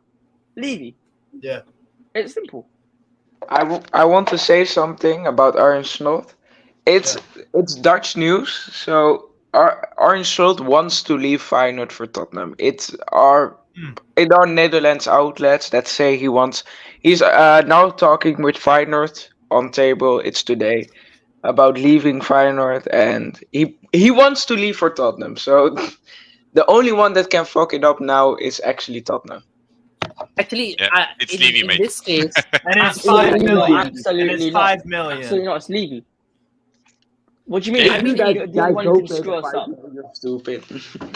By the way, I Yeah. hope one thing of advice, Arne Slot, if you're watching this, bro, you need to have a lot He's probably of fucking. You need to have a lot of fucking guarantees in that contract that Levy don't fuck around with anything at all to do with your job. Because if you let him even do a single fucking thing, then he's gonna feel like I can fuck with this guy. This guy is my Exactly. bitch. Don't be Levy's bitch. You need to do. You need to have lots of things in your contract that say, don't do this, don't do that. I am in charge of this. I am in charge of that. And that means that I'm responsible for if this goes well or if this goes wrong, if this goes right or wrong. Like, bro, just and you also need to have a conversation with him, or you should be having a conversation with him about, okay, you guys didn't qualify for Champions League this year. Does that mean my budget is this or this? Or that. Exactly. Right? Make everything fucking clear with that Levy pervert motherfucker, because you are fucked if you don't. Yep. Okay? But how many That times is can we what say I'm that? How many times can we say that? Because I'll Yeah. tell you honestly now, I said that about him when he appointed Jose. Yeah. I said there's literally physically there's no way you can make him lose. And look at that. A day before the final, I let that pervert just completely Exactly, bro. destroy him. Conte. Who was I talking to? I think I was talking to Brian Daigle on the stream on Tottenham away, saying to them, no way. There is no way the Bull Donny out there, the midget Bull Donny is gonna, is gonna screw us over. Oh my days! Let me tell you something. He did not doubt me for a second. He destroyed us. He sacked Antonio Conte like he throws toilet paper in the bin. Honestly, he sacked Conte, and then I got a flipping balloon in my room. Was it your Happy birthday? birthday, It was by my the way, birthday. mate. It was my birthday the other day. That's why. Happy birthday, know- lad. Birthday, Cheers, bro. cheers, 18. Cheers. Nice. So I mean, Daniel Levy is literally the sole purpose of why this club is at this point. Obviously, we can give blame to the managers, and that is fine. I agree with that. I think there is 20%, maybe 30% that we're doing bad because of the managers. But then, if you think about it, who hires these managers? Daniel Levy. Who Daniel Levy. tells the managers? Who gives the players to the managers? It was Daniel Levy up to 2 seasons ago. Yeah. So, yeah, done. Sorry. Yeah, it's there, man. Yeah, Fresh is back. By the way, Fresh, since Steve was talking about bitches, I want to ask you a question. I heard Arteta has gotten you guys a new bitch at Arsenal, and apparently the name of that bitch is called Win, and that's to keep the positive vibes at Arsenal. Tell us a bit about that, by the way, bro. Like, what is it? You guys bottled the league, and suddenly he's buying the bitches. Bro, it's a great signing. I can't wait to see him replace Granit Xhaka. He's gonna be a beast. He's gonna be a beast. Let's be real. Yeah, he's gonna be the new captain of this team, and he's gonna Guys, be he- a big he- Don't fight. bottle him as well, yeah. Just be careful. It's Don't a bottle she, him as by the well, way. yeah. Fresh is a she. It's He'll not a he. probably be dead at the start of the season, next season. So Jesus Christ. it doesn't matter. Guys, Yeah. it's not the dog's fault, right? Like, It is. leave the dog out It of is. this, right? You blame it on the dog. Who let Oh, the come on, dog man. out? It's just a poor little Labrador, right? I think it's a Labrador, but It's a chocolate Labrador. Yeah. oh, those guys are cute. It's Yeah, an those Arsenal guys are dog, right? So he loses some points, but still. Yeah, it's still a dog. Yeah. Benzema just scored again for Real Madrid. This guy is fucking ridiculous, bro. Benzema is Real Madrid. Can I playing just right ask you guys something? Yeah. Just very interested. Honestly, now, no dig at Arsenal, even though I enjoy doing it. No dig at all. We got next year. Let's be realistic. We got City in the Champions League. They're going to do as usually good. We got United in the Champions League. Probably Yeah. gonna do okay. Newcastle. I think Right. Newcastle will make And it tough. then we got Newcastle and we got Arsenal. Who's going to make it further in the Champions League? The Okay, team next year there are Newcastle, 5 who's spots for Champions energized, League. young and energized, in my opinion, a solid side Newcastle, or an unexperienced Arsenal side, young, also energized. Who's going to make it further? Newcastle or Arsenal? It depends. I want to see first the transfer window, because if Newcastle spend, then Newcastle obviously. But Yeah. if I think When? Yeah, yeah. Fresh, but also like you guys, like I know it's all rumors, right? But if some of the rumors are true and you actually bring like solid players to your team, Declan I Rice. yeah, that you have like a nucleus to have foundation to actually be a great side, right? You are already a great side. Like, let's be honest, we can banter Arsenal as much as you want, but you are on 81 points, right? If you win, you are on 84 points. That's not something to be like scoffed at, right? So if you actually like upgrade on Xhaka and bring in Caicedo, right? If you upgrade on I don't know, someone else, bring in a good name. If you get some backups Caicedo's that are going actually nowhere. of quality, right? So if just an example, right? Caicedo, not saying they will get him, right? But if you upgrade, then I No actually chance. think like groups easily. I think you will get out of groups easily. The issue is that if you have this young. If you have this young, inexperienced team, even if you back it up, right? When you like go against fucking, I don't know, Real Madrid or Bayern or whoever, right? Let's be honest, they will probably slap you. But I think the same point can be made for Newcastle. With like Newcastle are a great team, right? If they upgrade, they will be an even greater team. Yeah. But I don't think they are on the level of like PSG, Bayern, Real. I think at a Barca. home game, what I will say is I fancy us against anyone at home. Anyone. Yeah, that's I genuinely not that we're favorites for a game, but I'm saying in terms of we will be competitive with anyone at our ground. Anyone. Newcastle are going further than Arsenal, guaranteed. There's absolutely no You think question so? about it. Let's be real. Let's be honest. There is no. Is it there's because no of the defense? That's what I'm Yeah. thinking. No, I think because No, it's not and because Fresh of the and defense, Fresh will though. Let's admit be this honest. himself. The defense Arsenal's defense has to be improved upon a lot, especially at home, because only Leeds and Southampton have conceded more goals at home than Arsenal. No, Something bad like that. No, but I think the other factor also is Newcastle will spend big, like really big. They would do. And when we have spent under this ownership and Eddie Howe, we spent it very well. Yeah. Very, Yeah, but very well. Steve, can I be honest for a second? Yeah. I don't think, in my opinion at least, I think you guys got good fans. Yeah, I don't think you guys have amazing fans, but I just haven't seen it yet. But I believe you guys have amazing fans. Haven't seen it yet, so I think you guys have good fans.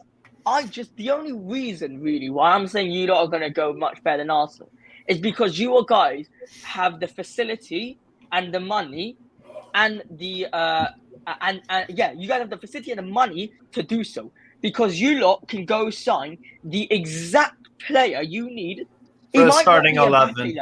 He might not be Mbappe level, but he will be Kieran Trippier level, which means he's not amazing. Because let's be honest, Kieran Trippier this season he's amazing. In general, he was just another right back playing for England. So you guys will find the perfect player and will change him and instantly make a big impact for you. The change that Arsenal will have will be like signing Declan Rice.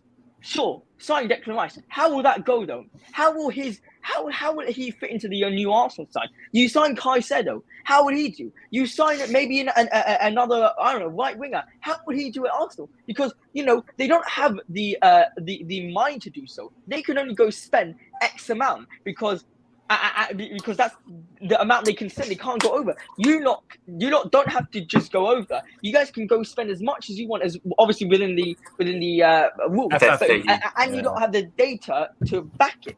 That's the difference for me between you two. And also one more point I just want to make was the fact that I will be interested, both Newcastle and Arsenal, to see where they finish, specifically Arsenal, because all these are not you, Fresh, sorry, because I don't really know you too much, sorry, not a dig at you at all, mate. But a lot of the Arsenal fans out there are gassing up that they got Champions League football. But I bet you they're gonna get somewhere around somewhere around 5th or 4th next season with Champions League football, because they will see how bloody hard it is to play 3 games a week for a team that has no experience in the Champions League. Same thing goes to Newcastle. It'll be interesting. No, but with I think they Newcastle- will. Yeah, sorry. I think they will bring in players who have experience playing like 2-3 games a week, because that's why I how say many though? I mean, Newcastle, they are the richest club in the world right now, man. Oh yeah, Newcastle, Newcastle. Yeah, Newcastle. We're gonna have a hell question. of a transfer window, man. I've got to ask a quick question here, guys. Mate, what do you think about the little tour and the Brighton fans showing up on cam there?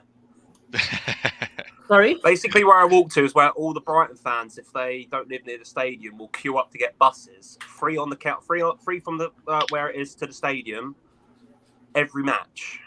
Yeah. Wow. Fans can get on those buses, have a beer, go to the match.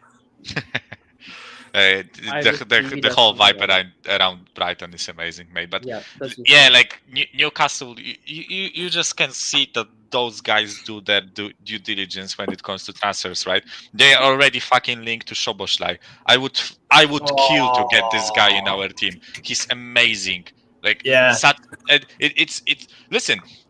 I could do that recruitment, right? I could do that scouting. I know that he's amazing, right? You don't have to have some expert to know that Szoboszlai is an amazing player, but the fact that they are linked Dani with him, Olmo. and- I love Dani Olmo as Dani well. Olmo, amazing player, right? Both Yeah. from Leipzig. It's not like you are bringing up, a kid from third Polish league or whatever, right? Ferencváros. It's amazing recruitment, right? And if they sign players of that ilk, like Szoboszlai, like you upgrade. Where do you need upgrade, Steve? Right? You need For me an upgrade personally, probably attacking mid, Midfield. right?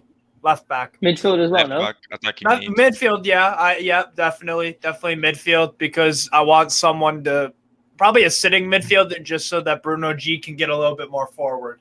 Because that's when He's the best out of fantastic it. this season as well. Aw. Kamara's absolutely And we got him for brilliant. 35 million. 35 Brilliant. million. But that's a different turn, and that's why I think where you lot now linked with Neymar, for example, is going to destroy your club. And not, I'm a bit exaggerating, but it's going to destroy a lot. Eddie of the Howe things already that you shut now, that down. To be fair, right? They I will think never. it's brilliant the fact that you They lot are will now never. linked with.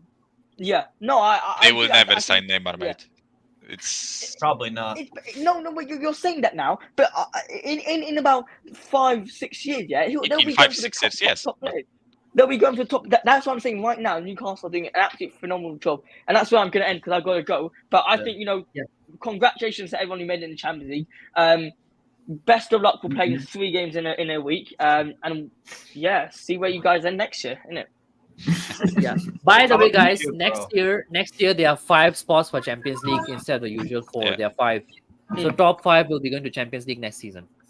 All right, cheers. Yeah. By the way, Josh, let us know. Do Yeah. you have a channel or something? And when are you Yeah. going live? So I update news regarding Tottenham Hotspur. Just hit 14,000 on Instagram. So big up to everyone, and YouTube just hit 1,000. And just putting up content there, streaming, and What's the had name a of your blast channel, doing- bro? Spurs Live. If you want, I could put here in the channel. I think, by the way, you have an absolute phenomenal channel here. Great stuff. Great. Because I like it, the fact that you got various people up here. Even though I don't like Arsenal fans, I like it the fact that you bring on an Arsenal fan. And Newcastle got a lot of the Not Spurs all Arsenal boys fans there, bad brilliant. news, Josh. Some of them actually have a mind and can think outside We their have got a little box. good friend, Yeah. good Arsenal friends, by the way. Yeah. Brilliant, guys. Cheers. Appreciate it. Yeah, man, I'll check your channel out as well. I think you were in the Voice for Spurs that thing that crumbled. I saw you. I think your name, the Voice for Spurs. By the way, guys, if you want to follow Josh, go on to Spurs Live and check out some of the stuff that he does. I'll definitely check out some stuff as well. Cheers. Appreciate it, big up lads. to you Have guys. a good one. When are you going live next, bro? Oh, he's gone. Okay. We'll find out. Yeah. By the way, guys, I wanted to ask this question from Newcastle side as well. Yeah. Do you think next season the fact that Messi is now looking for big salary and some good football and some good teams that are willing to spend in and all that, do you think he can end up at Newcastle next season? Oh yeah, why not? Why not, man? Yeah. Bro, What, Neymar? honestly, Newcastle. It's I not don't that. think so. It's not that you definitely can pay the wages. You definitely can do all the money stuff, right? I just have a feeling you won't choose to sign him because of the model of how I you do agree with things, that. right? At the same time, though, I'm a person who likes to live life a bit. You know what I'm saying? For me, Yeah, if I offered you Messi to Spurs, would it work? Probably No. not. But would you want to just see it because you would get to? You know what I'm saying? Like it's something that you can't say no to. it's messy, bro. It's messy. Messi is And- all right in leagues where things aren't as physical as one And would be in the Premier League. You'd get bullied out of games too much. But bro, he's a Champions Sometimes. League proven player. That's one thing that I don't understand. He has played in Champions League. He has played in La Liga. Liga 1 is actually pretty physical, to be fair. Yeah, Liga Pochettino is said pretty that. physical. Pochettino said that Liga 1 was physical. Messi said that it was physical as well. A few other players who have played. I think Seko Fofana, who used to play in the Premier League, and he said that he also played in Serie A for Udinese. He said that Liga 1 is also pretty physical. So Messi's done pretty all right. There, to be fair. For me, I would bring him also just because of the commercial side of things. Imagine how many Newcastle United shirts we would sell with Messi on the back. Exactly, Just mate. imagine. Like That would bring kind of us deal. that would pay off Messi's salary for however long the Would pay contract Newcastle is in one shot day. with Messi on It it. doesn't work. And that to me that would fit the Newcastle just like Spurs in a way. You guys have history of flair players. These players who just pick up the ball and they just they just dribble everywhere, bro, and they're just phenomenal players. Mavericks, kind of like just bro. For me, all day, I would take Messi at Newcastle. Liga, bro. I watch Liga religiously. It's not the worst league. What I will say, is It that isn't. in Europe, the teams don't perform as well as I think they should be. But in terms of developing talent, it's the best in the world. Yeah. It's the best in the world. Probably the only competition there is probably Bundesliga. Yeah. No, I think the For- problem not with for Liga growth, is for a player their to grow. inconsistency Yeah. and their competition. But in terms of their style, yes, they are pretty physical. Yeah. No, I think Yeah. I think Liga is it's No way the best Messi's league in the world for. That would be crazy though if he ends up in the Prem, bro. That would be crazy. But you know what? The more interesting one for me is that if he went to Inter Miami, because we thought America's already had Pele in the 70s come over, play for the New York Cosmos. I've said David Beckham, bro. Messi to Inter Miami, the whole nation. It would be another. It would be another possible huge moment in terms of like getting people watching the sport because everyone knows Messi. Everyone, Yeah. even if you're not a sports fan, never mind a Yeah, football man. fan. Everyone knows Messi. Exactly. No, I Did- would love to. I would love to have Messi in Premier League or even Neymar. Like I would love to have like something like that. But- And by the way, Neymar is linked with Manchester United. Anybody knows about what's the situation with that at the moment? He ain't going to Manchester No, United. They can't pay his fucking it fee. depends. It depends. If Man United get their owners, Yes. those Qatari owner, then yes, for sure they gotta get it. But the thing is, where will he play? Because I think Marcus Rashford he plays the best at left. That we will. Yeah, And Yeah. Man United don't need a winger. They need a striker. They need a Harry Kane, an Osimhen. I don't know. I can throw out, but those two are the best ones you can get right now. even a Jonathan David would be scoring goals for them. Yeah, You could exactly. give him chances. But For me, Man they would United- play Neymar as the attacking midfielder. That Yeah. would be the No, but- place where it's like if you Yeah, he plug him does in. well there.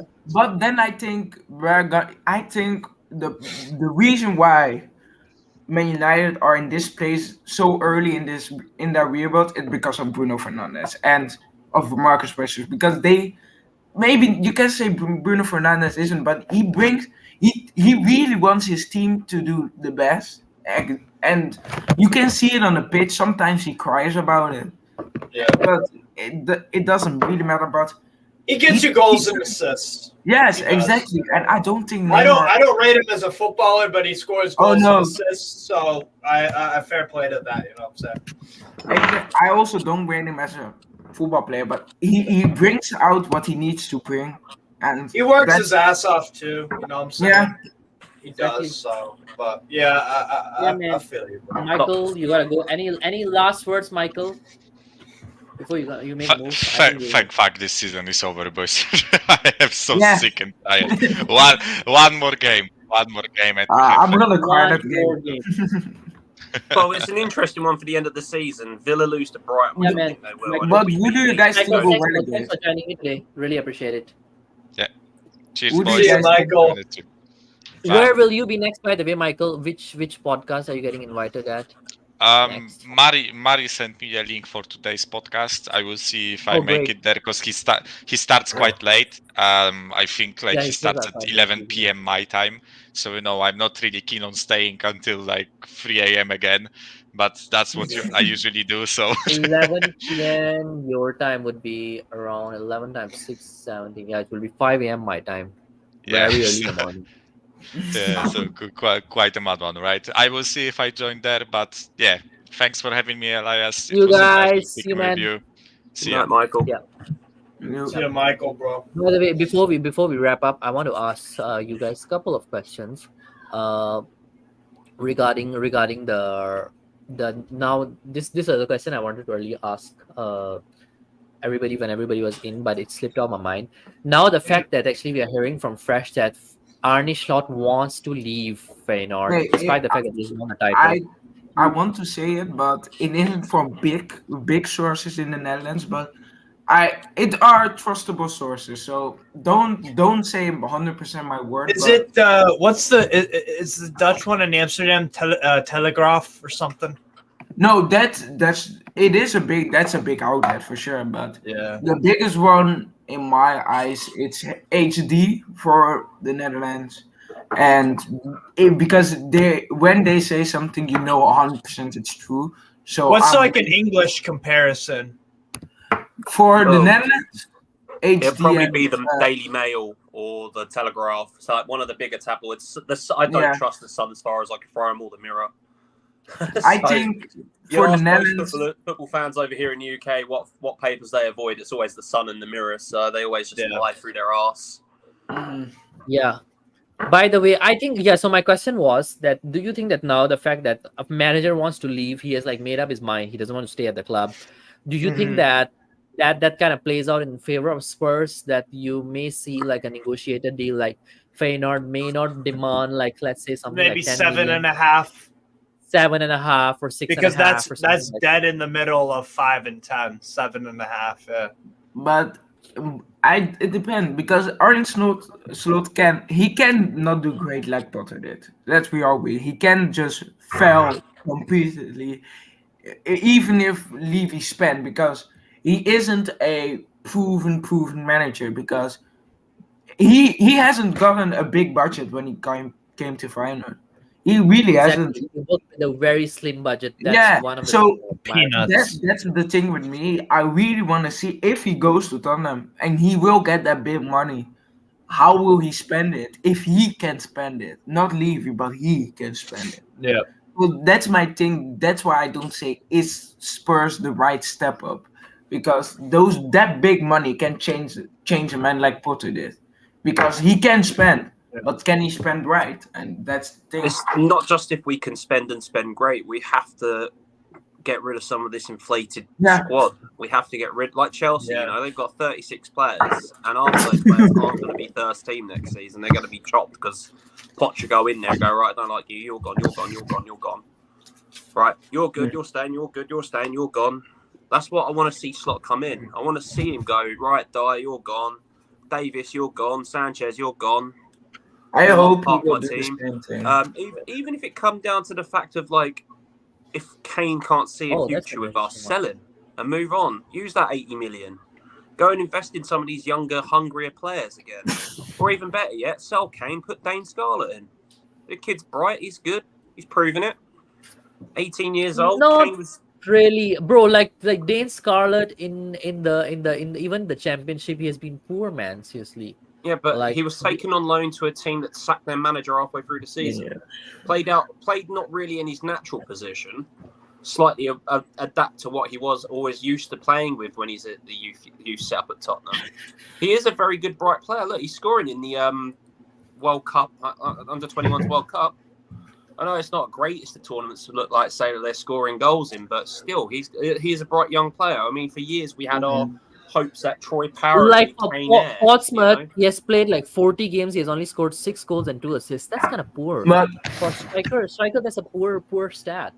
Yeah, but that's But a young player dropping down a division for a team that sacked its manager halfway through the season. Yeah, but As that's the well. I second mean, you division, can only man. feed on what you're supplied with. I mean, the players at Portsmouth, I'm going to say this, aren't exactly the world's greatest. You know, he needs a No, step so up in so the class fact player. that he's not doing well in second division and he's not getting the supply, do you think that in the current Spurs team he will get that supply? Do you think that we will have the players that surround him in a way that they will get him firing? I don't Well, think so. bring him under Kane's tutelage then for that year if Kane's going to stay for a year. Bring him in under Kane's tutelage and teach I him. don't think you Kane know. will stay. Don't. Oh, I think Kane either he'll run down his contract or Daniel will be so worried that he'd lose out on money on him. But there are other players No, who need to but shift off first. in my eyes, if the outlets are true, some of the outlets also say Arne Slot, if you guys get him, what I will see, he will get the job for you guys. He also don't want to only bring Kirkshaw. I think he wants to bring Jimenez, Gertruda, all those three guys he wants to bring at Tottenham because he knows they will do good. But the thing for me is Jimenez, he's a striker. And if he Yeah. wants to buy Proper Jimenez, striker. Kane and Jimenez are different players in my eyes. So they're different and they also play the same. But I don't think what do you call it, you can buy Jimenez and keep Kane. It's just me. I know Yeah, Kane. man. And you guys also have Richarlison, right? He also wants to Yes. play inside. Do you think Arne Slot will play Richarlison? I don't think so. No, I think he wants him gone in my eyes because you guys are playing Richarlison at left wing, right? Yeah, we are playing him left wing and he sucked. He literally Yeah. sucked. But we're The asking only a one that striker likes to play him a on winger's YouTube role. is It's a completely Dan. different role. Sorry? We're asking a striker to play a winger's role. It's a completely different role to a striker. Yeah, The but guy do you think the guy that can we finish? He doesn't cross a ball. He's meant to be in the box to finish a goal, not cross it into Kane. Or Yeah, something. but Corey Boy, do you think that we paid 60 million for a striker to play over Kane as a striker? Then where do you play Kane? That's my question actually. Like, then it doesn't make sense. Is he like just a backup striker in that case? Then he's just He was supposed to meant sit to on be bench. the backup striker, but for 60 million, I still think he's the Kane replacement. If you ask me, and if we let Kane go, you watch. Richarlison will be the starting striker.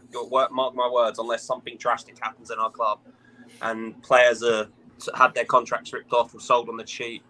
You can't just turn Like around and rip up. seriously, man, in this kind of games as well, he was a striker, but he did poorly. And there are certain games that Kane and Son have dropped deep to supply balls for him. He looked poor. Like his finishing has been bad. He missed sitters. He is offside quite often. But Like could these you are be the asking basic that if things. that's a player that isn't playing with confidence at the moment? Could that be something like that? His confidence is not because he was brought I in don't under the know. pretense that Seriously, he'd start. I don't know what's wrong with him seriously, but the fact that he has been making the silly errors that the striker should know, making a proper run and missing sitters. These are like the silly mistakes a striker can make. Yeah, but Getting then so many we go back to the offside. game where he was offside 9 times. The Villa played a very high defensive line and caught us out. That's why we couldn't break him out. Normally, it's the low block that catches us out, but they did their homework. They did their drills and training in the week before at Villa played us, and they had their line right. Then you look at our defensive line. You got 3 headless chickens running around at the back. You got a left wing. Sorry, Davis at left wing back. They got sussed out. All their goals came down that left hand side because they sussed out Davis can't make a run, let alone track Then would you back play properly. Perisic there? Would you play Perisic there? I He's wouldn't not pay good anyone either. there. I would just literally drop them all, let the kids come in. I don't know how good the kids are. Like, I mean, Tottenham Hotspur's academy. I've not seen much of it. But as I was asking the question, the fact that Feyenoord is fed up with. Steve, were you there when I asked a question about that? The one I think, yeah, you answered that as well. The 7.5 million that you will be getting him. Yeah, but Steve, I just want to ask you this question as well. So before we wrap up, like, who are Yeah. your dream signings for Newcastle next season? Like, what are the positions would you like to fill in, and which are the players would you like to see in Newcastle next season? I want to see Szoboszlai. I want to see Gertruda. I want to see a That guy early? like, huh? That early, and I get you want him, but even if he wants to stay, Okay, only then you know what I'd do? You know what I'd do? I'd buy him and loan him back. That's yeah, what I'd do. that's what it. I'd do. But it depends. I really think it depends if Arne Slot stays because he signed his deal when Arne Slot 100% stayed for everybody's eyes. But then eventually Chelsea's job wore out. Tottenham doesn't have a manager. Everyone doesn't have a manager anymore. And then you go to Tottenham to Feyenoord, and they have one of the best performing managers right now, and that's Arne Slot. Absolutely. And then another guy I would take, I'm looking for a backup right back for Trippier. I would go for Emerson Royal.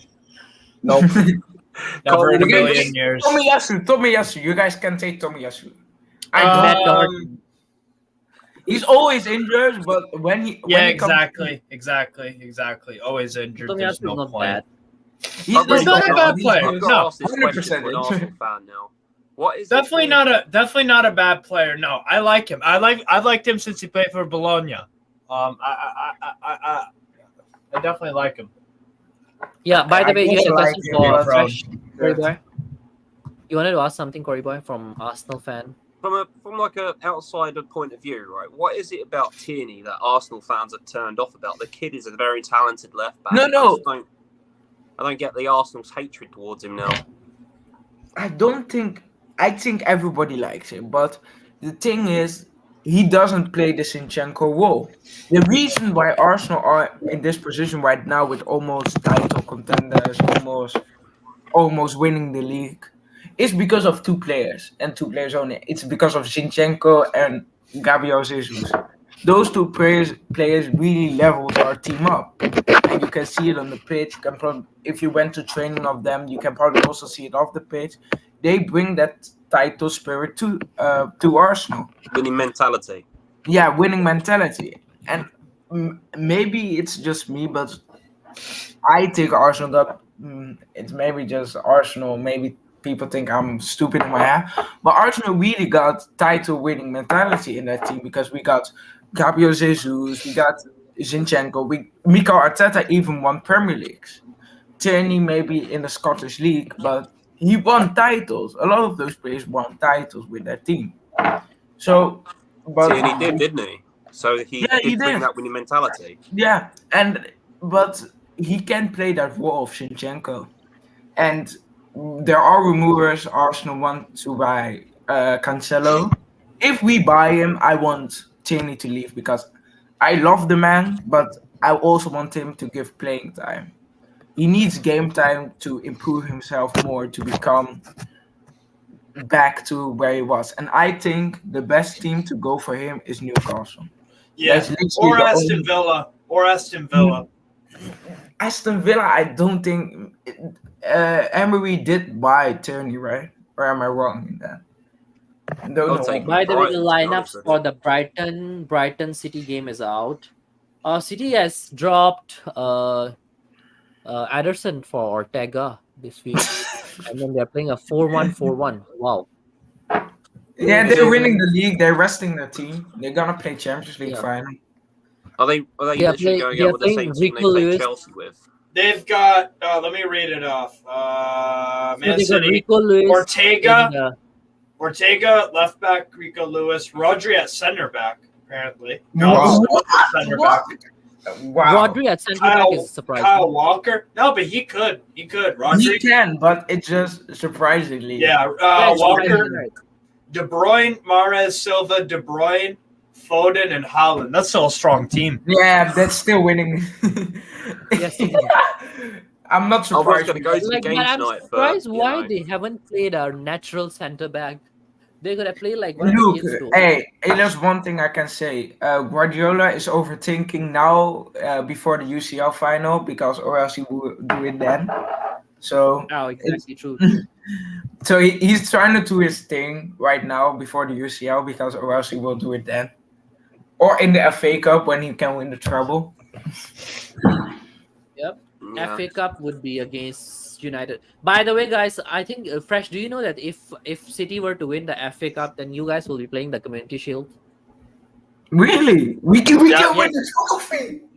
yes. So Oh. the thing is, according to the rules, if like let's say the FA Cup team and the FA Cup winner and the league winner is the same team, then the team that wins that's second in the league is in the Yeah. final of the Community Shield against the winner. Arsenal, So man. I'm you so guys have a happy. chance to win Yo, a trophy. Fresh. I got a question. Breaking news. Well, Breaking yeah. news. Rest in peace, Tina Turner. Just turned up on my news feed. Damn, man. 83 Wait, years what? old. Rest in peace, Tina Turner. Wait, what? Tina Is this the Turner lady just who passed away. did She's come the? up on Sky News. Is this the lady who took the penalty at one of the? No, oh my God. One Bro, of the Tina world's Turner greatest is an singers. 80s pop star. No, I know it's a pop star. She performed in one of the World Cup ceremonies. She took a penalty. Oh, yeah, I think she I did, thought you were now. talking about. Okay, I was like, what? Nah, that's sad, bro. What the fuck? That's Yeah, sad. that's. My mom likes Tina Turner. I think she likes anything. But is it confirmed? Like I can't see any news anywhere. Oh Yeah, yeah, it's on Come up on confirmed. Sky News. I The just Mirror, saw yes. it. I clicked on news and it is confirmed. Yes. That's That's, sad. Yeah, you had a What a question singer. for Fresh, by the way, Steve. You were asking something. Oh yeah. What is your question? What happened with Ruud van Nistelrooy today at PSV? Was he not getting back by the board, so he just quit, or what happened? I don't know actually. I think he wasn't backed by the board because he was playing good football in my eyes, but Yeah. I don't think he was backed by the board, so he just left. Because that's the thing with PSV. They don't back their managers a lot. Because Yeah. when they won the title, they Yeah. didn't back their manager, so he left. He went gone. So it's just them. I don't watch PSV a lot. I think Xavi Simons would be a great player for Newcastle. Oh, If he I went to would love Newcastle, him. I Yeah. would. I would love to see that one. He could play Arsenal- midfield or on the wing. No, midfield any day with Willock and with Guimaraes. Oh, that would be You guys would. Yeah. Then you guys would go farther than Arsenal in the Champions League, but I don't see it happening because I don't know why. I think he will stay one more year and then he will leave, or he Yeah. will stay in January or something. Yeah, I think that would be a good idea for Xavi Simons. He's been phenomenal. I think is he joint top scorer in the Eredivisie? I don't know. I need to search that up. He's scored a hell of a lot of goals for them. He's been fantastic, bro. Really good player. Top scorer in the Eredivisie are. Let's see. He's one goal behind Dalvux from Utrecht. Utrecht have been Twente. Twente have had a really good defense this year. No, Very you. good defensively. Utrecht. What am I thinking of Utrecht? Yeah. But he's one goal behind. He scored 17. That's a lot For a mid- winger. Yeah, for Winger, a winger. yeah. Good Oh, player, he's man. 20. Wow, he looks a lot younger when he plays on the field. I really sometimes I think that man's 18 or something, and he's been in football for a long time. He's been at Yeah. Barca, PSG, and he finally gets his chance. Yeah, Because I think he deserved it at PSG a long time ago. yeah. If PSG stayed on him, they got their backup for Messi because in my No, eyes, by the way, next season, Mbappe wants to leave PSG. Messi Again? wants to leave PSG. Yes, he does want to leave PSG again. he's so stupid. Well, after becoming He wants to leave technically the PSG. manager of the whole Messi team. is leaving PSG. Fans want Neymar out of PSG. What's gonna happen to PSG, by the way, guys? Next They'll be season? Like, fine. They need to sign Mourinho. They need to sign Mourinho. If Mourinho wins Europa League, he will just back his managers before in front of the fans. And Mourinho is bigger than PSG. Yeah. It's just it. proven. He's bigger, so he can just say to the fans, "Shut up." But he's doing a good job he's doing a good job with Roma. Like, don't you think yeah, we try I know, Champions League? but Aren't they fifth in the league, Roma, this year? yeah, and they're gonna win Europa Sixth. League. Sixth. Sixth. But the thing about Mourinho lately is that since he left Injuries. Chelsea, Injuries have been he doesn't screwing them up. he doesn't do well in the league competition, like in the Not in the amazing. leagues, he doesn't do Yeah. well. Cups. He's not that amazing, but in the knockouts he do well. Like Yeah. in the knockouts, his record is pretty brilliant. Well, you just Yeah. have to look at his record after being sacked from Tottenham. Conference League title winners first inaugural season, and now in a Europa League final. Abraham, The would guy's be- magic. Yeah, Abraham would be the first player to win the Champions League, Europa League, and Conference League in my eyes. Yeah. He would He would be the right? first Yeah. to win Wow. all three. Good stat. Abraham, Good Yeah, yeah, Abraham. Tammy. Tammy. Tammy. Chelsea striker. Oh yeah, Yes. man, that guy. Ex-Chelsea striker. Yeah. The Have they funniest got he a on free loan? buyback fee on him, like 70 By the way, million? is he on loan from Chelsea or has he like No, gone he's permanently? actually- It was No, a he's permanent there. second season. It's his second full season. But Chelsea have the option of a buyback, I think, at around 65 Yeah, to it's in 70 his million. contract. No, the thing is, it's a really difficult situation because Abraham, look, Arsenal wanted to buy Abraham, but the toughest thing is Roma needs to talk also to Chelsea, and Arsenal also needs to talk to Chelsea. So it's a difficult situation for other teams to buy Abraham. So the most likely team for him to go to his next team is Chelsea. So because it's just I a reckon difficult he'd stay. situation. I reckon he'd probably stay at Roma because then if they It win the depends. Europa League, they're in the Champions League. Aren't Yeah. they? So then Yeah. he goes Yeah. up. It goes up another level, and it adds another couple of million to his already impressive transfer fee. Yeah, and I think Paulo Dybala has also been a great player Yeah, this Paulo season. Dybala is one of my Yeah. favorite players. Like, I would want him at Spurs. Yeah. If Spurs get him, I think you guys will get top 4 next season. I think Dybala. If you is build the side around him. But the only Yeah. problem, he has the talent that you could build the side around him, but the problem is the injuries. Yeah, Yes, the injuries. The injuries have Yeah, always His been a injuries problem for really- Dybala. He's a guy you could build around, absolutely. He's so talented. He could do link-up play. He could score you goals. He will, just He'll do the skill. everything. The skill of the guy. He's not afraid to try anything. I mean, fuck me. Great footballer, but the injuries has just been so unfortunate. Yeah. By the way, Another guys, have player you all robbed seen of his the career, squad? really, isn't it? Squad. England just released a squad for the England the qualifiers at Europe as well, and Eric Dyer has been dropped. Yeah, Kieran Trippier is fantastic. in. Yes, Eric Dyer has been dropped. Best news Uh, ever. Yeah, let me just pull that up. Do you like England, Corey? Are you one of those people that like I'm England? man. I am England. I was born here. I love But some people Great are talent. like, I don't really give a shit, or they don't like them or whatever. The I thing don't is know. with We're all England, right when Gareth Southgate picks the right players, but he keeps picking fucking Harry Maguire. The guy's No, got but the thing with a Harry forehead Maguire like is- this and doesn't So play. Maguire It's has like- still made the squad. By the way, guys, Maguire has made it. no, but the thing with Maguire. No, but the doesn't thing play with any Did nice. Maguire. Gahey make the squad? Yeah, Sorry? but don't be surprised. I like Don't, Gahey. really don't. Because the thing is with Harry Maguire, he's the captain and No, it's not Harry Kane. he is. plays decent for England. I don't say good, I don't say bad. He plays decent. It's Yeah. decent. And Southgate is a friendly politics. But And if he's you also want to got be, if John you want to Stones win a picking up World the pieces Cup, next to him. Look, That's Yeah, so Well, why. this that's is the the thing. World Cup. England aren't gonna win the World Cup till Southgate leaves. they ain't winning no World Cup with fucking Maguire, Southgate. By Hey, the way, Lucas guys, Dunk who is is a Sam player. Johnstone? Any idea who is Sam Johnstone? Like, which team he plays for? Palace backup. Oh, Palace. backup. I think, right? Why are we what playing about- that side? Why is Nick Pope not getting a call? Why is Calvin Phillips in there? Yeah, exactly. What? Yeah, why is Nick Pope not? I think Nick Pope one is a surprise to me. Oh, I don't think he wants to go. Yeah, I'm right. Yeah, Sam Johnston, Crystal Palace backup.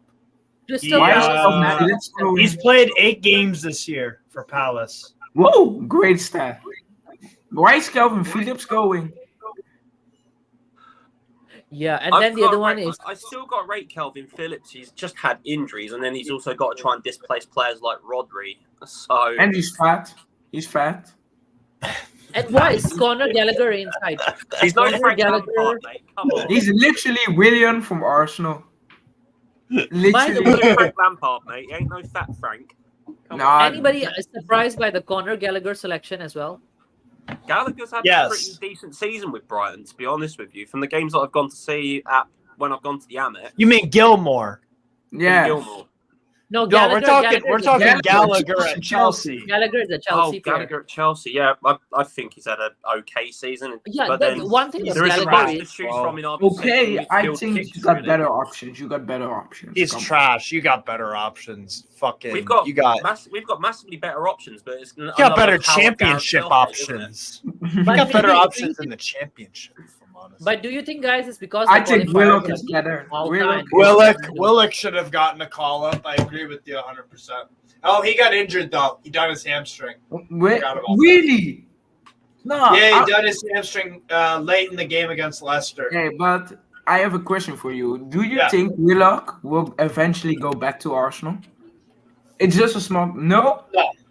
Not in the next 5 years. He will go. It depends if Newcastle stay like this, but Oh yeah, if we drop off massively, then yeah, if he wants to go back, he might. If he's good enough to and all that. But yeah. Arsenal. I'm happy for him. Yeah, exactly. I think he's definitely staying with us. By the way, guys, there's 7 of you still watching. If you haven't subscribed already or if you haven't liked, please hit that button. By the way, I'm actually surprised by another one as well. And he, Tammy Abraham is not in the squad too. And then Conor Gallagher, he has been poor for Chelsea. Like I remember It's when he terrible, was with bro. Palace. When he was with Palace, he used to be better. It's- Like, at Palace, he had a good season, but Yeah, this season, and you know Where's why? Wilfried Hey, Zaha? Oh, wait. Elias, you know why Conor Gallagher had a good season for Crystal Palace and that's not a good season anywhere else? Because he's a fucking Crystal Palace level player. That's why. exactly. No, but still, he had a good season. Like he looked good, Exactly. not just He had a because good of his season for stats. Palace. His level. No, bro, I but think he his level is performed below against, that, man. he performed against some big teams like Arsenal, even against Spurs when we played them last season. He Yeah. actually scored a goal, or I think an assist against us, and he was man of the match against us in that game for Yeah. Palace. But with Chelsea, he has looked poor, like way dropped the levels. have Exactly, dropped way because too he's just not a Chelsea level player. If they want to be better than Palace, he's not the player. But So- have so Chelsea have- already signed Pochettino? Not Yes, yet they have. officially. Not But officially, it- but is it's he done going? It's thing. Yes or official. It's no? official. It's official. It's official that they have gotten. It's like on their Twitter and everything.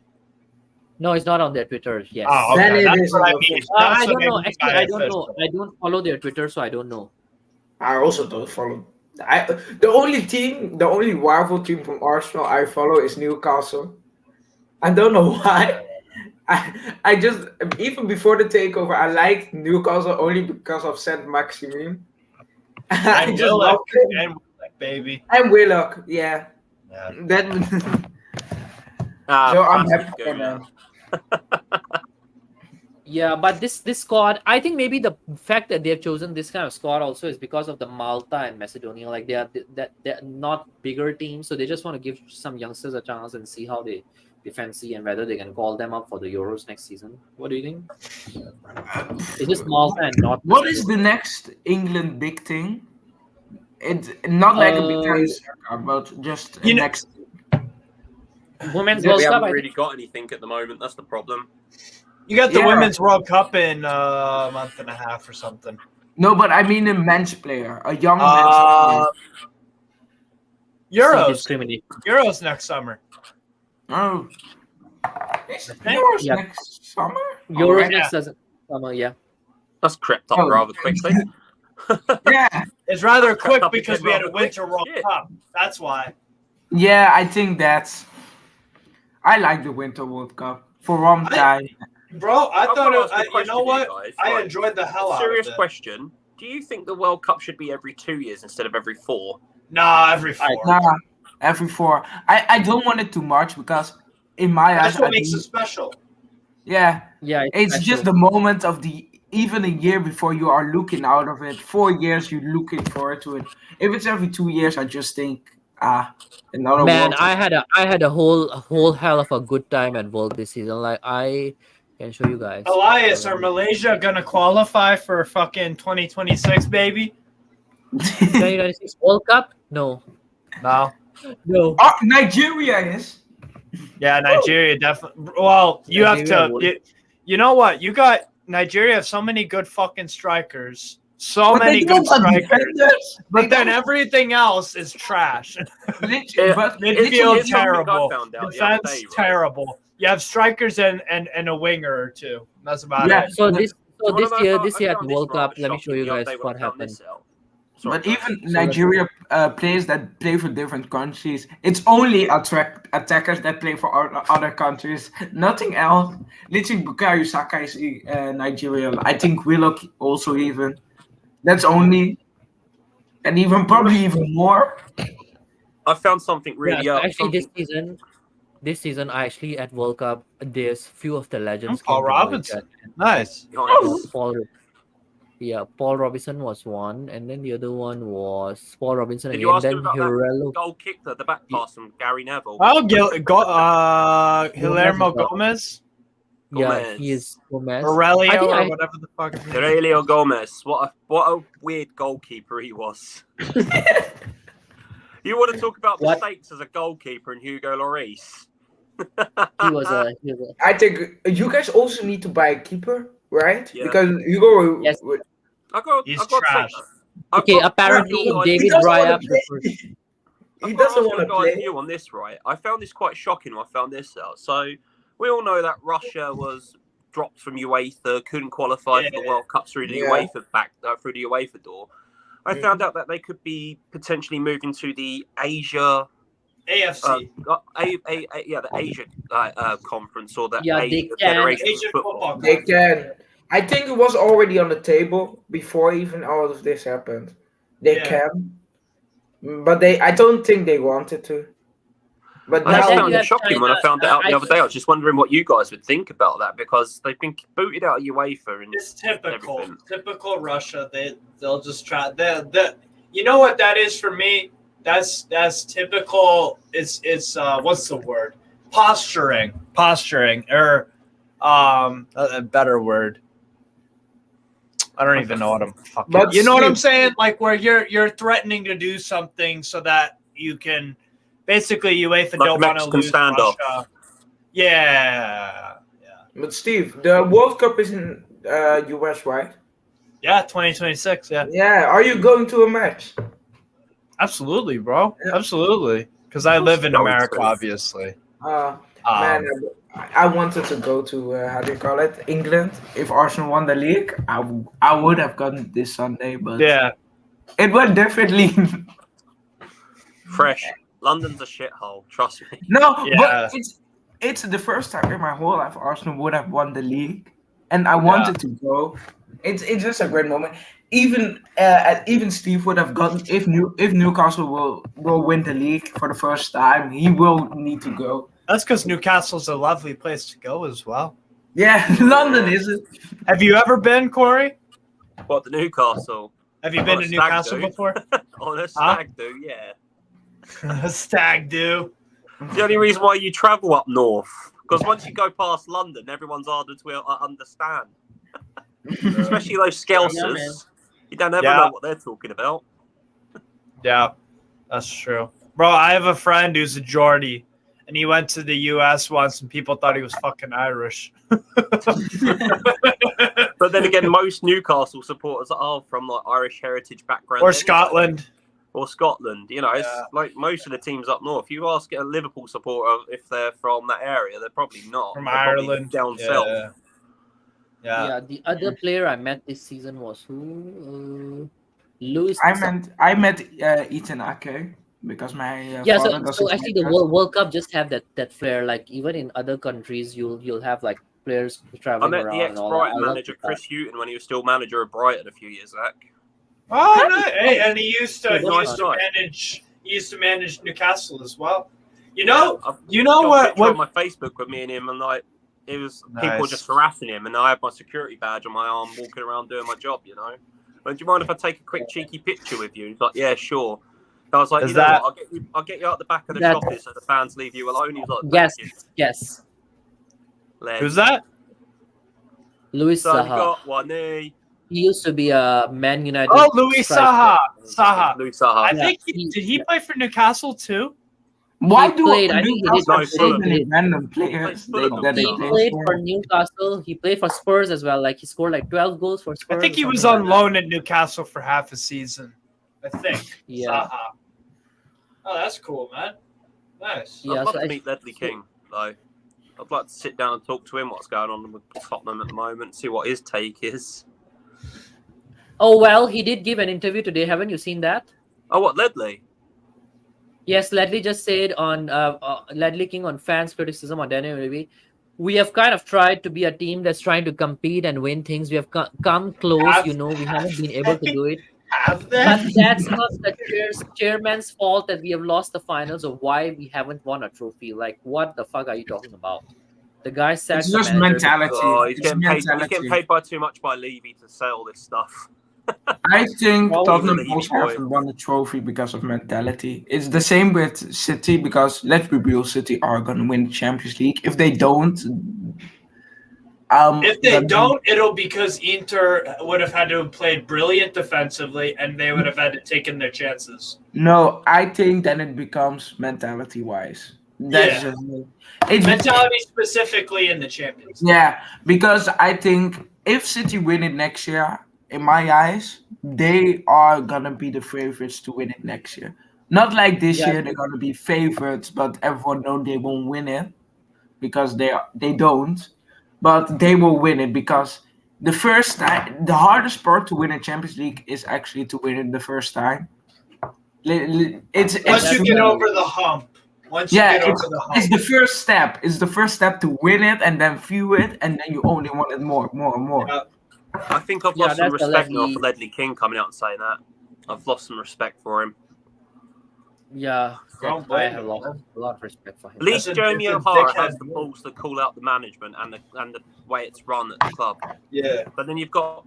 I used to love Ledley King, but now reading this, it makes me feel like he just wants the job comfortably what Levy's paying him, and it just makes me. Or he feel wants sick a that one of our fucking legends free on our ticket. captains isn't. Sorry. Or if you Yeah, either if man. he wants a fucking free ticket or something, or if he wants a fucking perks or something. Yeah. Yeah, We are but full of Arsenal got a brown new envelopes. manager, Fabregas. We are full of brown You- envelopes, guys. It's like, What's I that? used to really disagree with some of what that Jamie O'Hara used to say. This was going back a few years ago, but this season, everything Jamie O'Hara has said about the board, about transfers. Then we had our former director of football, Scout, on Talksport, telling us how it is with Levy trying to control everything at the club. It just stinks from top to bottom. They say Yeah, cream and always by the way, rises guys- up, but fucking hell. Yeah. The other thing, have you guys heard Jude Bellingham is confirmed going to Real Madrid? Oh, That wait, deal- there that was deal- it already confirmed? Yeah, it's confirmed just today. I think Fabrizio Romano said that Ah, the deal has been finalized. I'm I not- thought he said that like 2 weeks ago. Yeah, I thought everyone said Jude Bellingham is going to Real Madrid. He already confirmed it, everything. I thought, oh, maybe I'm just late and everything. But he just Let me confirmed have a today. Yes, he confirmed today. Okay, Real Madrid are okay. Hold on. I'm really disappointed he hasn't gone to Prem because I wanted to see him there with a, I don't know, This is with the a Man thing, though, City. with Erling Haaland. Is he only here until Madrid want him, or is Erling Haaland here to stay to try and carry his dad's torch, Legacy. if you think? Yeah, legacy. Now, I feel sorry for Yeah, his he dad is, in I that think. dirty Roy Keane challenge. He was a very talented player, his dad, and he was on the cusp of playing for England. Mhm. So, Yeah. Yeah. But I think Yeah, Haaland fresh, go is ahead. gonna leave. He's gonna leave. Eventually, he will leave to a Real Madrid. There are even rumors in this in his contract that if he in a few years, it's I see also from rumors. I don't know if it's true that after this season he has a release cost of I don't know how many, over 200 million. So There is a chance, but I don't see it happening in 3 years. So, Yep. but he will leave. By As the way, guys, it's been 2.5 hours. Usually the show lasts for 1.5 hours, and we've gone way over time. Uh, Steve, when are you doing your next stream, bro? And what's going on at Strasbourg, Steve? I'll probably be doing a watch along on Friday or something. I don't know yet. I have to figure it out. next Friday. No, this Friday. This Friday. Oh, This just Friday, for you'll be league doing- final. Yeah. What watch along would that be? I'm not sure yet. I'll have to figure it out, or it'll be Saturday. I'm not sure. I have to look over what's going on. But Yeah, yeah, man. Sunday final league match. Finally, the season is over. Yeah. Yep. The season's Arsenal been too finally long. gonna play some Champions League football, man. Yes, Fine. sir. Crazy. Yeah. So by the way, guys, if you haven't already, go to Strasbourg Steve's channel and Yes, sir. do all that good stuff there. There you go. Like Do it's all that good stuff there. Thanks. Get him to 250. I think you're at 246. And if you haven't subscribed to this channel, I think we are on the way to 200 now. I'm at 194, 195 at the moment. If you haven't hit that subscribe button there, anything else you guys wanted to say before you all make a move? Levy in. Woo! Enoch, That's Levy, Levy out, Lewis, Levy out. out. Levy in. Lewis, and Steve Cullen Keep it out. golden till it's Levy off. in. Yep. Okay, all right, guys. That's it for today. We'll see you guys next week. I'll have to see what kind of content I'm gonna do during the summer break. I'll probably do one show next. You know what you week that's should gonna do, be- Elias? You should create some bullshit transfer rumors, and I'll see if and I'll ask you, and we could do a game. Is it bullshit or is it actually true? Oh, that's I not a would bad like idea. that. That's That's a not a great- bad idea. Like I've link, got an idea. You link get it on a Messi. spin wheel and you spin it, and then you make the rumor up, like the joke they did Yeah, about you can do South that. Park making the joke about Family Guy jokes. Yeah, See, man, Lionel bang. Messi to Spurs. Lionel Messi to Spurs. Here we Conte go. to Antonio Conte to Real Madrid. Here we go. Nicola Barella to Spurs. The Arsenal dog is now in Ronaldo to for Spurs. Brozovic to Spurs. Daniel Levy finally out. That won't happen. Not in my lifetime. I hope Yeah, so. yeah. The whole point is creating fake rumors, bro. It's the Yeah. fact that the Yeah. Qataris are so set on buying Man United. If they fall through, they want to buy us. Like, Qataris buying Spurs, not Man United. Hey, they could, man. You never but being know. with such a rich Jewish history, I'm on the fence with that one. You know. Yeah, I mean, But it's better than Levy, right? Yeah, Yeah. man. So I'd take a chocolate bar running our club right now than Daniel fucking Levy. Exactly. Got Probably, I'll more do brains. Probably I'll do one show where we just create dad jokes about football, like footballers, Oh football. God and then Almighty. Oh, or Elias, you I'll can get- try the joke. I'll get Steve for those shows and get him to laugh at the jokes. I'll tell one joke and Steve will tell one.